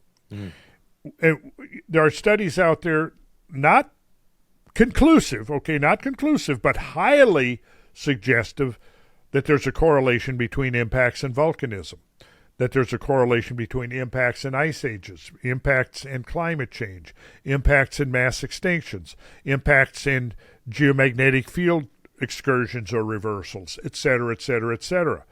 The one common factor in all of that may be impacts, or possibly a secondary would be extremely intense outburst of the sun, which is almost certainly, I think, another factor we have to consider. However, and there, that kind of an event that could be extremely destructive on the Earth to a lunar colony safely ensconced in a big cave on the moon, hey, no big deal, you see. Yeah. So here's the point. We've got to realize now that, yes, by the luck of the draw, we've had a few centuries where there's been no major event that would derail the creation of civilization. But I think if we look at the history of life, we see that rather than a nice smooth exponential curve, from primitive life forms to advanced life forms, what we're really seeing is a sawtooth, right? And that's pretty well now accepted as a model in mainstream science. What's not necessarily accepted, though, is the same model for the rise and fall of human civilization. And I think we can safely say that there have been multiple civilizations that have arisen, accomplished extraordinary things, and then disappeared. Why did they disappear? Are millennia from now, are archaeologists going to be looking back, if we're here, still here, and our civilization has disappeared? Yeah, they did these incredible things back in the 20th and 21st century, but by the end of the 21st century, they, like the Mayans, like the Sumerians, like the Incans, like the Indus Valley civilizations, from whatever caused their demise, the Chacoan civilization in South, they're gone. They're not there. They were on this upward arc, and then suddenly it's truncated. Boom. Right? Boom. Well, see, that's called environmental, and historians and archaeologists have really been loath to accept environmental determinism or climate determinism, right? Because that changes the equation from if it's all internal, if it's conflict between two cultures or some stratified system of society, whatever, internecine would be the term. Now, here's the thing. If you have, while having a rigid, like say, bureaucratized or stratified society, and that precedes its extinction, is that directly, was that the first cause, the primary cause that caused the extinction of, that resulted in the extinction of this society, this culture, this civilization? Or was it a secondary cause? Because being bureaucratized, they were not able to adapt. They were not. They had forsaken the flexibility to adapt to changing conditions. We can see a perfect example of that in the colonization of Greenland. Right? We had the Scandinavians coming in like between the 900s and the early thousands, settling in western Greenland and actually establishing farms. Right? So over 300 years, you had the medieval warm period, and while the climate of the planet stayed warm, they prospered. But then come around the early 1300s, the climate cools, and eventually the colony that was on western Greenland, it became extinct. But you know what? There were indigenous peoples living there all through the whole little ice age and all of this. Their culture did not go extinct. What was the difference? Well, they lived in an environment and they had learned how to organically adapt to shifts in the environment. The Scandinavians did not. They created, initially they were very adaptable. But by the 2nd century or 3rd century that they were there, they became stratified. They established a very hierarchical set of religious beliefs. For one thing, they looked down upon the indigenous peoples, and they were uneducated, barbaric, whatever. They looked down. They were not Christians, etc. They were very rigidly Christian. So as a result of that, they were not able to learn. Look, you say they're primitives, and yet they are surviving and even prospering in these changes, and you are not adapting. You're starving. Your crops have failed. You failed to understand. If you had watched them and learned from them, you would have learned hunting techniques. You would have learned the kind of game that they're living off of, et cetera, right? And you would have changed your ways and adapted to the external changes. They didn't do that. Yeah. They didn't do that. So do we want to be a planet that's like that? No. If we extrapolate from that up to the planet, there's a whole contingent of entrenched power structures now that's basically that equivalent. It's a series of hierarchical, stratified, bureaucratized, centralized, authoritarian systems, and it's completely and totally obsolete. And you could argue and say, well, we never got to space without the government. And I would agree with that. I probably would have. But look at what has look at the difference now that has happened over the last, say, 3 to 4 generations in the quality of leadership in America. That's all you have to do. Look at the quality of leadership has just gone down the toilet. It's terrible. It's terrible. Yeah. You can't really point to any leaders nowadays in the government. Maybe we'll have something different happen, but you've painted a somewhat beautifully ironic picture here, because the potential thing that can destroy us externally also could be the thing that, if we are to adapt and take advantage of it, could solve the problem that we might destroy ourselves over. So, I mean, can you tell me about why are near-Earth objects both an opportunity and a threat? Well, first of all, I mean, the closer they are The danger is not the ones that are, 10 million miles away. The dangers are the ones that are, say, within 1 million miles, or even closer, 100,000 miles. That one that went by in last summer, that was between 500 and 800 feet in diameter, it wouldn't have caused the extinction of civilization had it hit. I mean, it was well within the orbit of the moon. It was grazed by the Earth, missed by a whisker, a cosmic whisker. Had it hit, it would have completely wiped out an area in the region where it struck of, say, roughly maybe the size of Pennsylvania. The area that would have had immediate devastating effects may be more like the size of Texas, right? Where you would have, for one thing, an immediate area of the impact, if it was a highly populated area, and I get into all of this in this Apocalypse Unsealed series. If you look at the immediate area, let's say East Coast, West Coast, where there's a lot of people living, Europe, right, you would have instantly several million people incinerated, vaporized, right? The fireball from that thing would have been about 3 miles in diameter. It would have been hundreds of megatons of energy released. It would have injected huge amounts of particulate matter into the atmosphere. It would have created all kinds of primary fires in the immediate area of the impact, but then the fallback debris would ignite dozens, if not hundreds, of secondary fires. So you'd have large swaths of the planet burning for days, if not weeks, until they burned themselves out.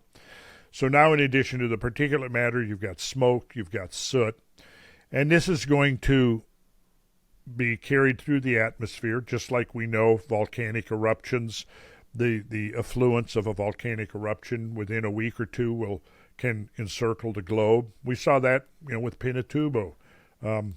We saw that we see the signature of big volcanic eruptions in ice cores, for example, from Antarctica and Greenland. We know that there was a series of large volcanic eruptions between 1809 and 1815. 4 of them. We've identified 3 of them. The 4th one we've not identified. We just see its fingerprints in the ice cores. But then 1816 was the year without a summer, and it resulted in famine and hardship for several years. Now, an impact, imagine that you take the effects of those volcanic eruptions and you double or triple.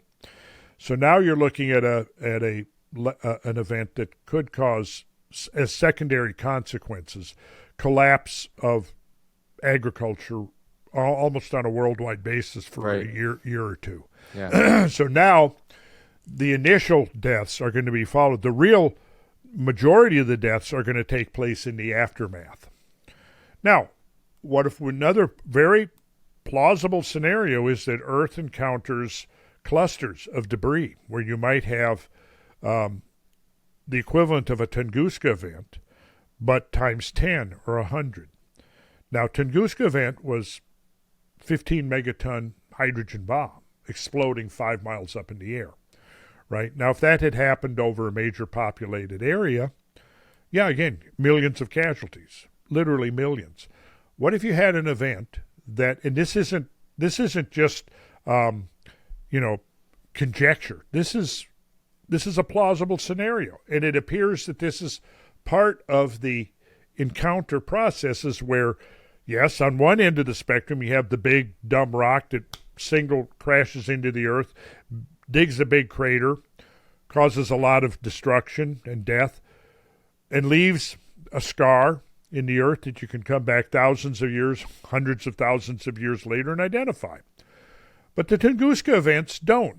So if you've got a cluster of and this, of course, is ultimately the breakup of a cometary nucleus. So if you have the breakup of a cometary nucleus and this material is orbiting the sun, usually between the sun and Jupiter, and if it happens to be lying close to the plane of the ecliptic, the orbital plane of the Earth, then the chances are very high that Earth is going to be intersecting the orbital band of that stream.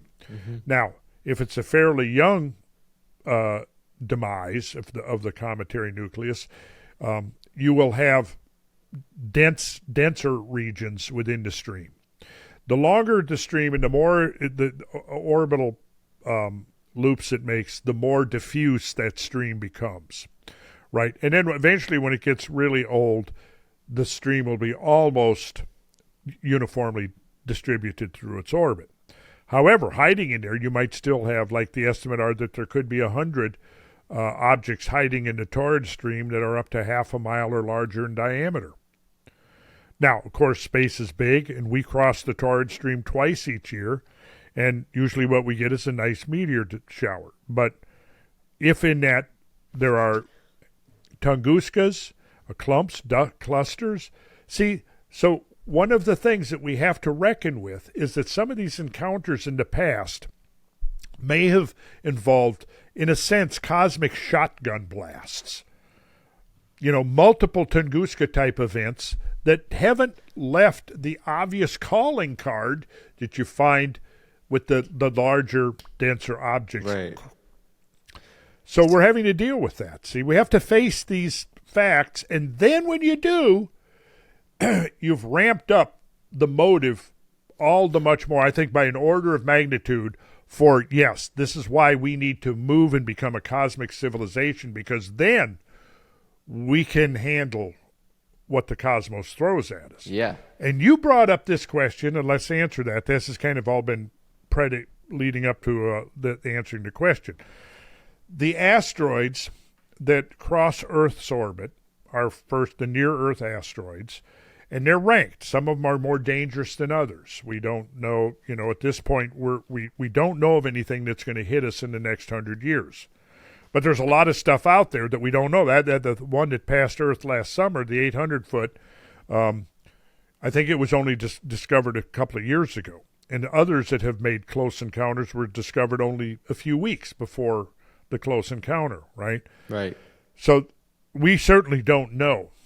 But this stuff is out there. We're going to encounter it. And here's the thing. The more dangerous it is, the closer it is to the Earth in its passage, the closer it is, the more dangerous it is, right?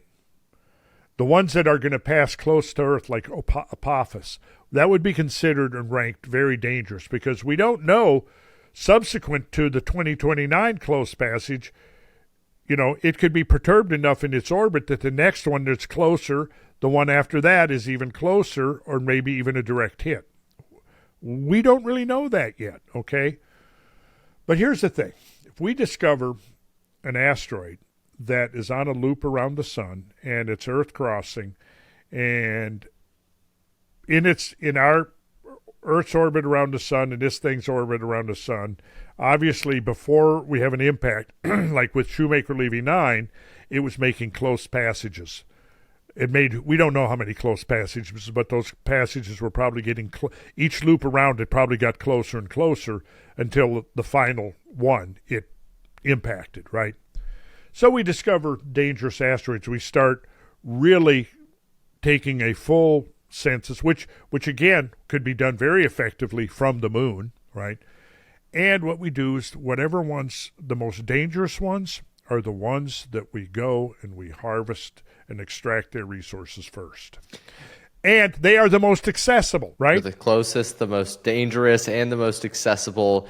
Yes. And while we are extracting their resources, is what can we do to defend ourselves from something like Apophis, or that would be coming closer and closer and closer? Well, I mean, I think DART mission showed us that we could. See, here again, lead time is everything. Because if you've got multiple orbits of advance notice and you rendezvous with it and you realize, 3 orbits subsequent, looks very highly likely to strike the Earth. Well, if you don't catch the thing until the last, it's on, its final impact approach, closing velocity of 20, 25 miles per second, what are you going to do? Well, if you got time, you might try to evacuate the area where it's predicted to hit. But if you've got enough lead time, you go out there and you just nudge it a little, Yeah. and the direct hit becomes it misses. You just nudge it. That's the way to do it. Now, again, How would the nudging take place? Well, like that's what the DART mission showed us. There we go. Double asteroid redirection test. Colliding with the asteroid. Moonlit Dimorphos intentionally collide with an asteroid to change its orbital path. Cosmic bumper cars. There we go. Interesting. Now, that was just a first attempt. I mean, it sounds Obviously, like it was effective. Yeah.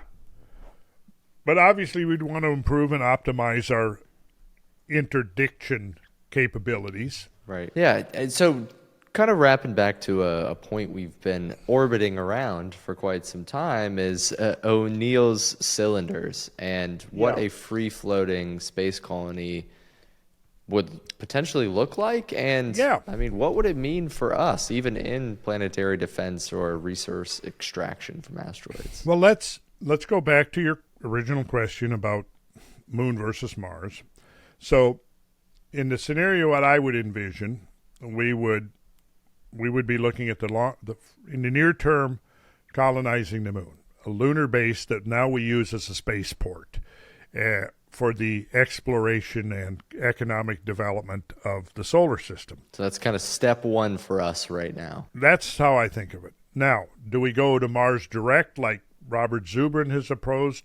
Others have proposed we go and we set up a facility on one of the Martian moons, and we actually dock with that because it would be quite easy. I mean, obviously, the lower the gravity that we're trying to dock with, the less energy is going to be expended in the docking procedure, right? Because you have to decelerate. It would use up way more fuel to land on the Earth than it would on Mars or the moon because the lower gravity that you have to fight against. And Phobos and Deimos would be very low gravity. So there's some interesting ideas out there about putting a base on one of the Martian moons that then is used as a way station on the way to the Martian surface. I don't know if Elon Musk is going more the Mars direct, or I'm not sure. I would like to find out more, and I will find out more. He must have a well thought out game plan, or at least one that's in the formative stages, because he's talking about, mission to Mars, by next decade, the 2030s, which I want to be around to see. But so regardless of that, let's say that we then use the moon as our launching port to the solar system. We go to Mars, and we establish a colony on Mars. And there's a whole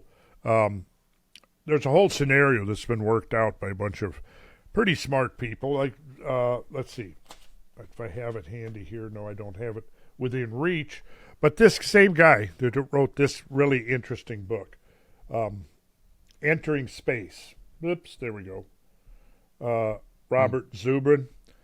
He wrote a book called The Case for Mars, and I would bet anything that Elon Musk read that book because he's put together a whole scenario for the colonization of Mars. And to me, the real value of that is that it now gives us, I mean, if I was, a multi-trillionaire and I was designing this system, I would probably be thinking of Mars as being a base from which we could really begin then accessing the asteroid belt. And we've got tens of thousands, hundreds of thousands of asteroids out there. It's just the rubble left over from the solar system, the creation of the solar system. Some people think that it might have been the remnants of a planet that was between Jupiter and Saturn, between Mars and Jupiter that blew up.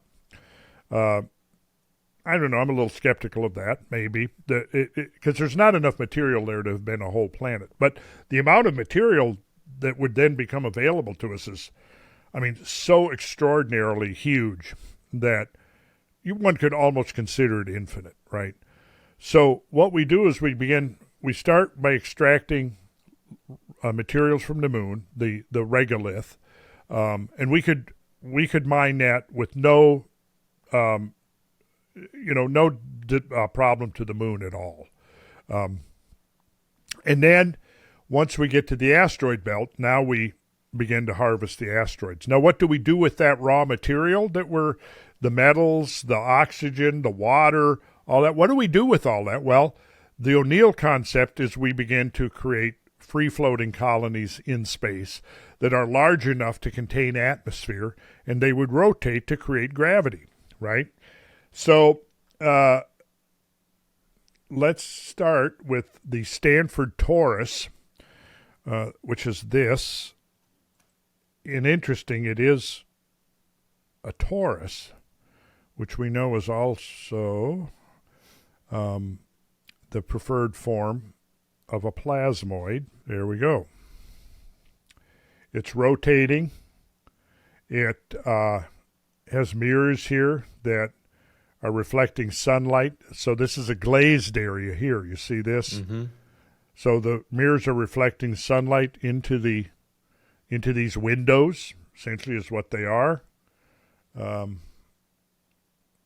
This is what one might look like under construction. Now, one of the things that I think of is there any analogies or precedents to projects on a scale like this? Well, given it, I think here we could say the answer to that is, well, it's relative to the society that's undertaking it. Now, when we look at what the ancient Egyptians did, it was phenomenal. When we look at what the monumental earthwork builders of North America accomplished, given the assumptions about their level of social organization, cultural development, civilization, etc., their accomplishment, extraordinary. When you look at the megalithic builders of ancient Europe, same thing. The ability to quarry and transport thousands of stones, given the assumed cultural and economic and industrial development of 4,000, 5,000 years ago. Extraordinary undertakings that would have lasted not just, a 5-year project, a 10-year project, a multi-century project. And we know recently, in recent history, we see examples of that. Look at the High Middle Ages and this incredible episode of cathedral building. When cathedrals like Chartres or Notre Dame or Reims or Amiens, with those cornerstones were being laid, those builders, those artisans, those craftspeople, those masters of their crafts and their trade knew they weren't going to be there to see the finish, the completion of this project. Right. You had essentially, in order to explain the miracle of the Gothic cathedral enterprise over Europe during the High Middle Ages, it's almost a necessity that you assume that the entire society was around this effort. Why? Because when you look at the programs of sculpture that went into these cathedrals, look at the stained glass windows, some of which would have taken a whole generation to construct and create. When you look at the stonework, the quarrying of the stones, the transport of the stones, the carving of the stones, the emplacement of the stones, over and over again, and in Leon, in Bourget, it just keeps going. Now, behind every person working, there had to be perhaps 10 people who were providing the food, the shelter, the clothing, the necessities of life. When you start looking at it in that scale, you're seeing something that represents the outpouring of basically the whole culture, the whole civilization of Europe is on this project for 2 centuries. How the hell did that happen? How do we explain it? What inspired these people? What brought them together that they were able to undertake a project like this? This is the kind of question, I think, whatever the answer to that is, I think we need to extrapolate onto what now we could do is if we were a unified planetary civilization whose primary work was creating a spacefaring unified civilization that could now also protect this Earth from the kind of depredations that have repeatedly assaulted it through the eons, through the millennia. And what could we do if we were to externalize our entire industrial base from the Earth? What could we then allow the Earth to become? Now, there's a whole other interesting questions raised by that. But here's an example of what the inside of a torus would look like. Okay, go back to here, right? What does it look like from the inside? Like this. All of the things that are necessary to create an Earth-like environment are out there waiting for us. And we have the scientific know-how, the technology, the industry to go and extract those resources, transmute them into this, what you see here. It's all there. I mean, but what's missing? What's missing is the vision and the will, the motivation, the inspiration. That's what's missing, the inspiration. If we can find what was ultimately at the core of the inspiration of the great Gothic cathedrals, because I look at this and I go, okay, these are the Gothic cathedrals of our time. Yes. Yes. Let's go on and look. This is, there's various schemes that engineers have been working on and refining now for decades. We won't get into a huge breakdown. Maybe we could do another episode where we really take all of this apart and explain how it's going to work. You can see again, here's adjustable mirrors, right? Focusing sunlight. You can see here's an interior, windows right here. Here's what Bezos is envisioning. Yeah. And I'm 110% behind. Yes, Jeff, go for it, man. I mean, see, this to me is part of I would call this this is like a 1 century, 2 century plan. You know, the Gothic cathedrals, you know, they laid the cornerstone and they knew, and it took between 1.5 centuries and 2 centuries. This is probably about the same time scale. If we stop all this childish fighting over diminishing planetary terrestrial resources and say, hey, I mean, look, we've already spent $200 billion on wars in Ukraine and in the Middle East. And what has it gotten us? What did $1 trillion spent in Afghanistan? What did that get us? Not an effing thing. Nada. Nah. We need a new paradigm desperately. And this provides part of that paradigm. It's, to me, a big part of it. It's extremely exciting even to look at this image.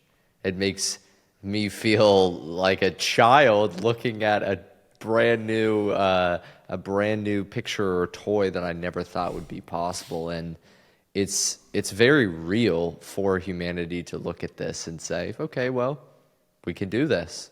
We have the opportunity to be inspired by it and hopefully step out of our own way of fighting and not coordinating with each other to make something like this happen. Now, this is fanciful. Of course. But it's not unrealistic. I mean, it could happen. I mean, we, the human species, could create worlds like this. And I think it's inevitable. If we are going to evolve and survive and prosper as a civilization, we have to go this route. Yeah, in the 70s, this is O'Neill's cylinder.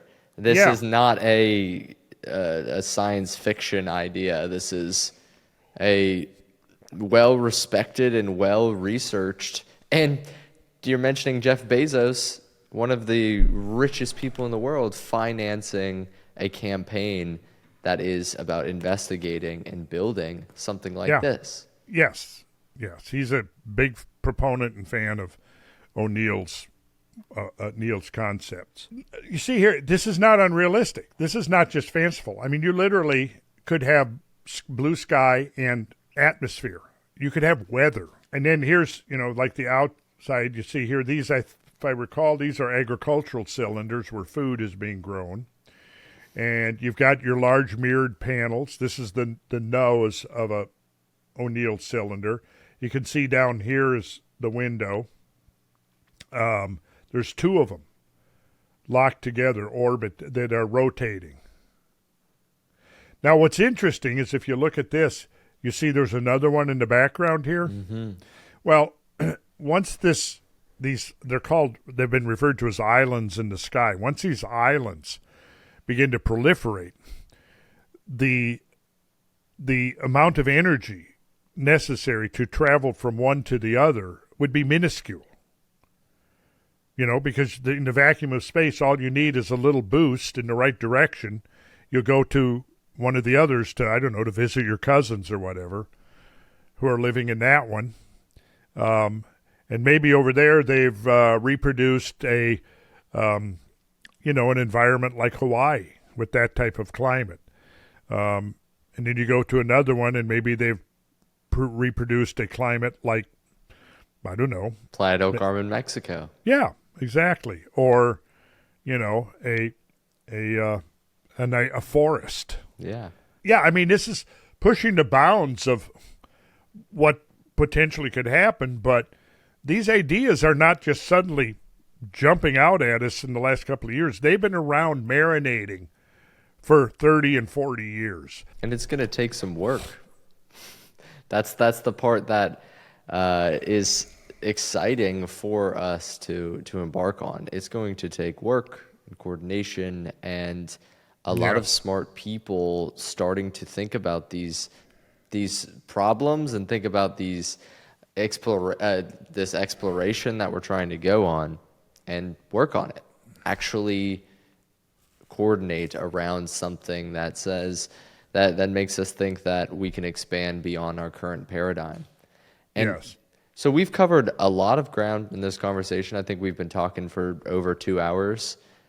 What do you hope listeners take away from this conversation, Randall? Well, what I would like to see happen, there was a short period in the late 60s where a lot of people got really fired up and inspired and started formulating a vision of what could be. Well, it got derailed for multiple reasons, which would be an interesting conversation in itself. But you'll notice how what kind of proceeded in tandem was this idea. A lot of these ideas were born out of the whole movement, the consciousness expansion movement of the 60s and 70s. A lot. And if you look at, like, for example, I said that the first place I ever encountered the work of Gerard O'Neill was through the Coevolution Quarterly, which is a publication by Stuart Brand, who was the founder of the Whole Earth Catalog, which provided kind of a model for some of the early internet experiments and developments. And there's some interesting influence between him and the whole founding of the internet, which would be a topic worthy of discussion. He was a member of the Merry Pranksters that were the sort of the first psychedelic explorers outside of academia. When all of this went down in the 60s, you both basically had two groups that came forward. You had the academic group that was kind of led by Timothy Leary and Richard Alpert and, what was his name? The third guy. I met the guy, really good guy. The three of them that all got booted from Harvard because they were trying to establish the use of psychedelics in a scientific context and study its effects. But once the government came down on it, then the universities had to follow suit. So, but on the West Coast, and they were on the East Coast, Ralph Metzner, he was the third one. So it was Leary Alpert and Metzner. They were kind of like the East Coast academic psychedelic triad. On the West Coast, it was Ken Kesey and the Merry Pranksters that sort of led into the whole counterculture movement that was spawned out of San Francisco. If you go back to that particular history of that, Ken Kesey was, and the Pranksters, they were creating, well, Stanley Owsley, who was the sound man for the Grateful Dead, was also a chemist. And he began manufacturing millions of hits of LSD. Some of the famous ones was like Purple Haze, which presumably, the Jimi Hendrix song was named after that. Some people say it wasn't, but I don't know. When you listen to the lyrics, and having actually Purple Haze was the first LSD I ever imbibed, I could say, yeah, that song perfectly explains. Yeah. Anyhow, so you had the West Coast group, which was much more, let's say, much more free-form, much more undisciplined than the academic approach on the East Coast. And so they held the TRIPS festivals, they called them, or which later came to be known the Electric Kool-Aid Acid Tests. And they hired this band, the Warlocks, to come there and play to entertain the people while they're tripping out, in the daytime. And it turned out that band, the Warlocks, then transformed into the Grateful Dead.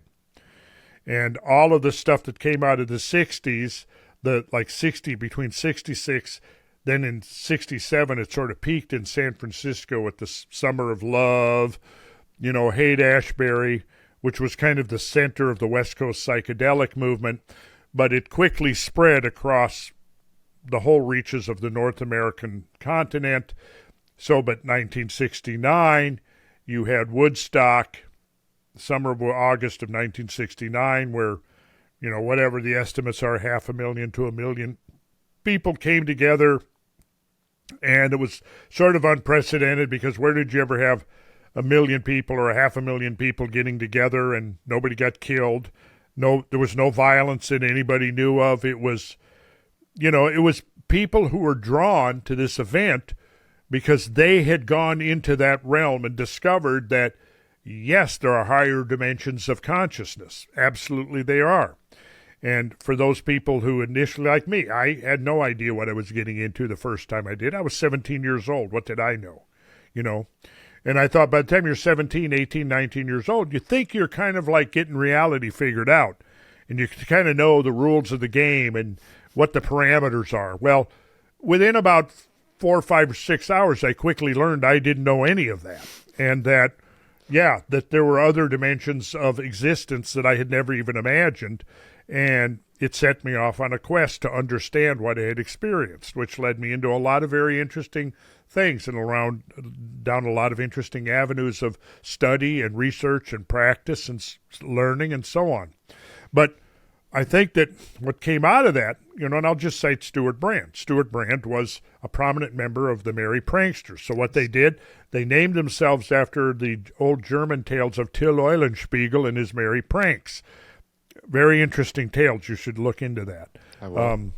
Till Eulenspiegel. And so Till was he was considered like, if you want to sort of get a depiction of Till, and it's Tyl, picture the tarot first, the 0 card in the tarot deck, which is the Fool.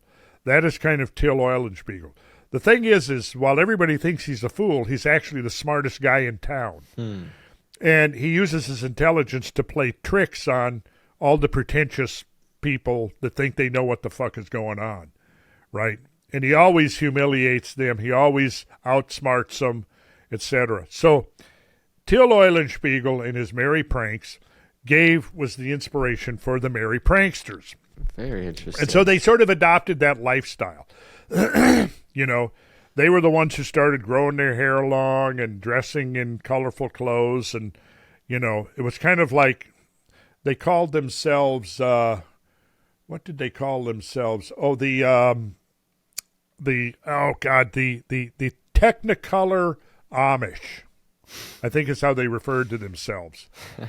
Because they did go back, I could say I was sort of in my own way part of it, was going back to the fundamentals.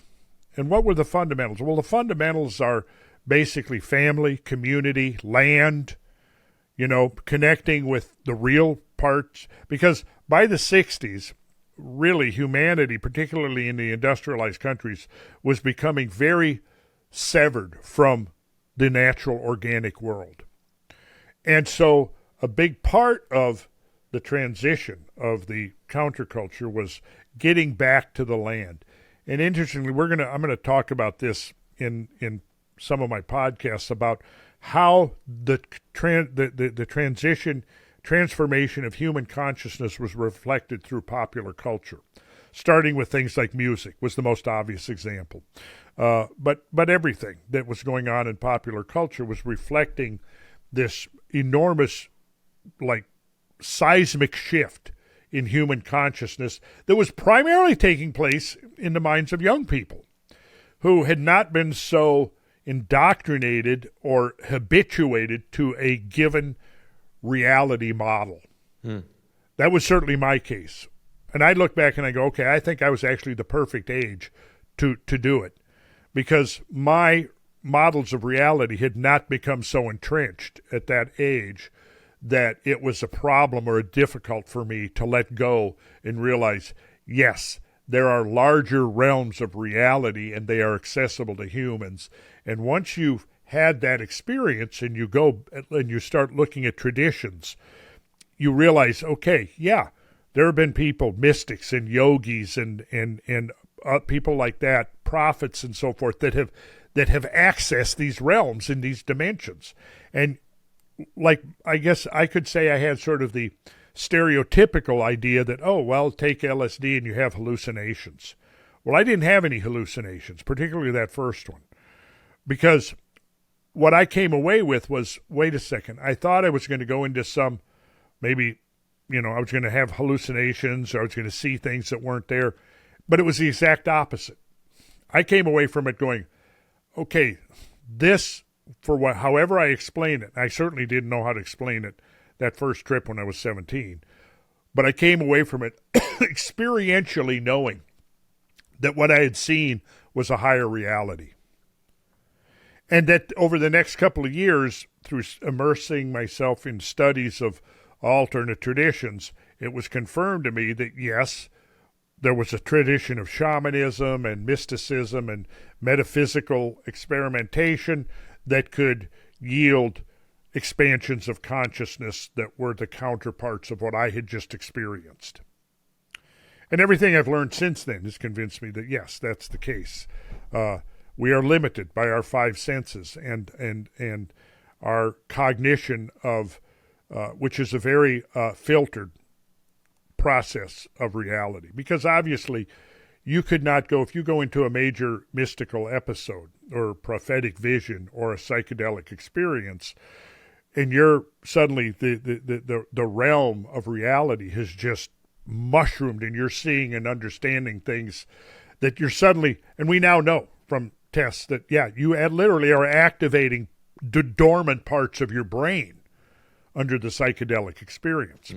Well, what I'm getting at is that going back to that idea of this expansion in the inner frontier coinciding with the expansion in the outer frontier. And coming out of that, you have people like Stuart Brand who are very much advocates of, yes, let's go forward. Let's pick up our trowels and go to work and create a higher civilization. Well, it got derailed. It got derailed because of entrenched political forces and self-serving politicians who, in my opinion, usurped the American dream for their own selfish ends and their own agendas, power-driven agendas, and they have kind of controlled the narrative up till now. And what they've done is we can see that what they've given to us is a total dead end. And it's time to get beyond this. It's time to get beyond this idea that we're going to have a forever war, and that there's no way to alleviate this escalating international tensions, which is ultimately over the control of global resources, which is completely what it's about. So we need to get out of these boxes of thinking. I mean, there's going to be people out there, of course, who are still going to come up with reasons why we shouldn't be bold, why we shouldn't seize this tremendous opportunity and try to make it work. And, are we going to have failures? Hell yeah, of course we're going to have failures. Are we going to have incredible challenges? Yes. But see, that's part of, I think, what really inspires our species to evolve is if we become effete and we just sit back and live easy lives, never take risks, never try to rise to challenges, well, we're going to stagnate and I think ultimately become extinct. I think we have to become bold. We have to say, hey, we can do this. If we pull together and work on this and stop acting like quarreling, squabbling children fighting over toys and act like spiritual, intellectual, psychological grown-ups, hey, there's nothing we can't do. Literally nothing. And if it starts with taking life, and we talked about this the other night, I think the imperative of life, the whole biology, exobiology, is now pretty much demonstrating that, life came from the cosmos. And if Terence McKenna is right, comets seeded the spores of psilocybin mushrooms on the planet. Apes, pre-hominid apes, ate those mushrooms. Yeah, we know that scenario. We should talk about cosmic that. Apes. Now we're cosmic apes, yes. So I see all of these things as being interconnected. Yeah. And we really, I mean, how much cooler would it be to, instead of getting up in the morning, look, don't even want to turn on the news. How many Palestinians have died, since yesterday there? How many, what's going on with Syria now and the overthrow of the Syrian government? What's going on in Ukraine? What's going on with China? What's going on with these conflicts all over the planet that are being manufactured? That's the thing. All of these, none of these conflicts need to be going on. None of them. They're all being manufactured by, I said, self-serving, power-mad cabals of people that have managed to hijack the institutions of political power. And it's time to take those institutions back and say, well, let's build an authentic civilization. It's based upon, in my personal sphere of philosophy, the three pillars of a successful life as a successful civilization.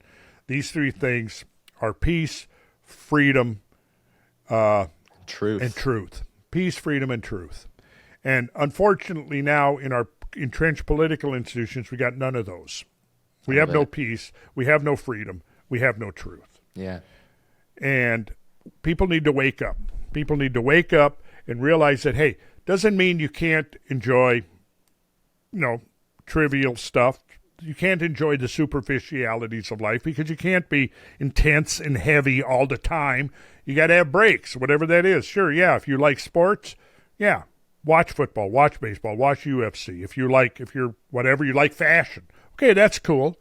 But the problem is we got people, like I got friends, I've had friends, and I don't really hang out with them too much, but their whole main interest in life is following football. Yeah.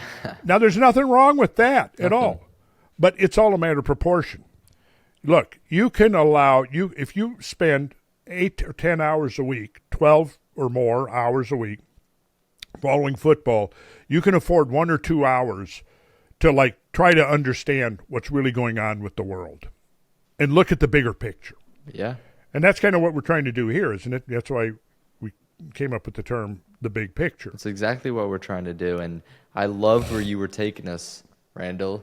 You said, imagine a world where you wake up in the morning in which you don't see on the news. You're not looking at conflicts. You're not looking at how many people have died in Palestine, how many people have died in a different war. Imagine waking up in a world and turning on the news and seeing one of these free-floating space colonies and hearing that. Yeah, under construction, and Elon's journey to Mars, and I mean, yes. Look at this last one here. Look here, you see the rotating cylinders, right? And you see the agricultural pot here in a big ring. And when you look at the next one, this is the next slide is like the interior of one of these cylinders. So look what they've recreated here. Now this, of course, is in an imagination of an artist working from what the engineers and scientists have told them is potentially possible in the long term. Look here, you can see through the glazed panels there, you see the agriculture cylinders. I see them. Now, of course, it doesn't begin with this. This is called Island 3. So this is like the third generation. Initially, it wouldn't be anywhere. It would be cool. It wouldn't be this cool, but it would be cool. But again, it starts. And I guess one of the things I'm getting at is, look, we don't have any time to waste. We need to quit fucking around and start doing something meaningful. It's imperative. We have to do it. We don't have 10 years to waste. We don't have 5 years to waste. And what I'm hoping is, I'd like to get to Trump. And with Elon there, if he's got Trump's ear, I'd like Trump to get on board with this and say, listen, and here's the thing. Look, Donald, if I was talking to Donald, I would say this. Donald, if you were able to catalyze this into manifestation, if you were able to end the wars, and we were able to take those resources, the trillions of trillions of dollars worth of resources being squandered on wars, and shift it to this, you'd go down as one of the greatest humans in all of history. Which is true. If he could do that, if you could do that, all of the other stuff doesn't matter. If you can do this one thing, if you can end these wars, and you can create a society that would stimulate moving forward with something like this, yeah, dude, you'd go down as a truly great man. Now, I would be playing to his ego and to his narcissism, but who gives a shit where it's coming from if he were to do it? And you know what? You know what will cause him to do this is popular opinion. A groundswell of people saying, hey, we don't want to go down this road that leads to oblivion. We want to go this road that leads to majesties and grandeur that we can just only begin to imagine. We're at a crossroads right now, and we got to make choices. And the people that are getting hysterical over, the fact that Trump got elected. Listen, I'm a huge critic of Trump's. I'm no Trump worshiper, but what I do see is he could be an agent of change that could turn us in a direction that could change the whole trajectory of civilization. Literally, he's in that position. Mm-hmm. But we got, 70 million people supposedly that voted for Kamala Harris. They did not vote for this. Most of them voted, what did they vote for? I mean, well, Kamala Harris was not Trump, so we got that. We got a negative reason. He's not Trump. I'm going to vote for anybody who's not Trump. Okay, right? But what are you voting for when you're voting for? She never articulated any platform at all. We're now at a chance. We now have a chance as human beings. It doesn't matter who you voted for, what you believe in, where we sit, that it is a true crossroads of, are we going to embark on the path of change? Are we willing to put aside the previous conceptions that we have of ourselves and our peers and other humans in the world? And does this future look brighter to us? Is it more exciting? And we all have the opportunity to live in a time where this appears to be the greatest time to ever be alive, if you want to look at the expansion of human beings into the cosmos. Absolutely. So the first thing I would do if I was in Trump's position is I would go, well, screw all you negative forces of negativity. I am going to go and sit down, and I'm going to make a proposition to Putin, to Vladimir Putin. And I'm going to say this, okay? Tell you what, we both agree and know that all of this is a competition for resources.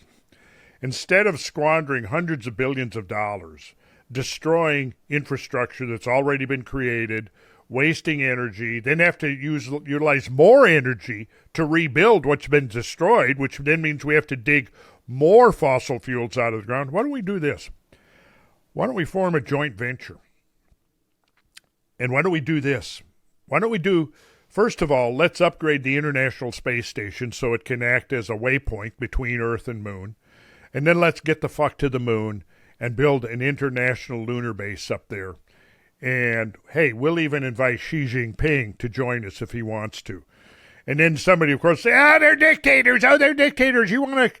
Yeah, well, maybe, yeah. But our own country has been supporting dozens of dictators ever since World War II. So let's not go down that road, okay? Let's look at what's potentially ahead of us. And I would go to the Arab nations and I would say, look at the level of cultural development you guys achieved back in the Middle Ages with your incredible mosques and mosaic work and your work in astronomy and geometry and mathematics, and look what you guys did. Well, maybe it's time for you to get back to that now. And if you want to, hey, giving you an open invitation, we want to build an international lunar base from which we can now explore and develop the riches, the infinite riches, material and energy of the solar system that God Almighty has given us as our legacy. Let's do it. Let's do it. Okay, folks, this has been The Big Picture, episode 2. Be bold. Have a good night. Be bold. Yeah.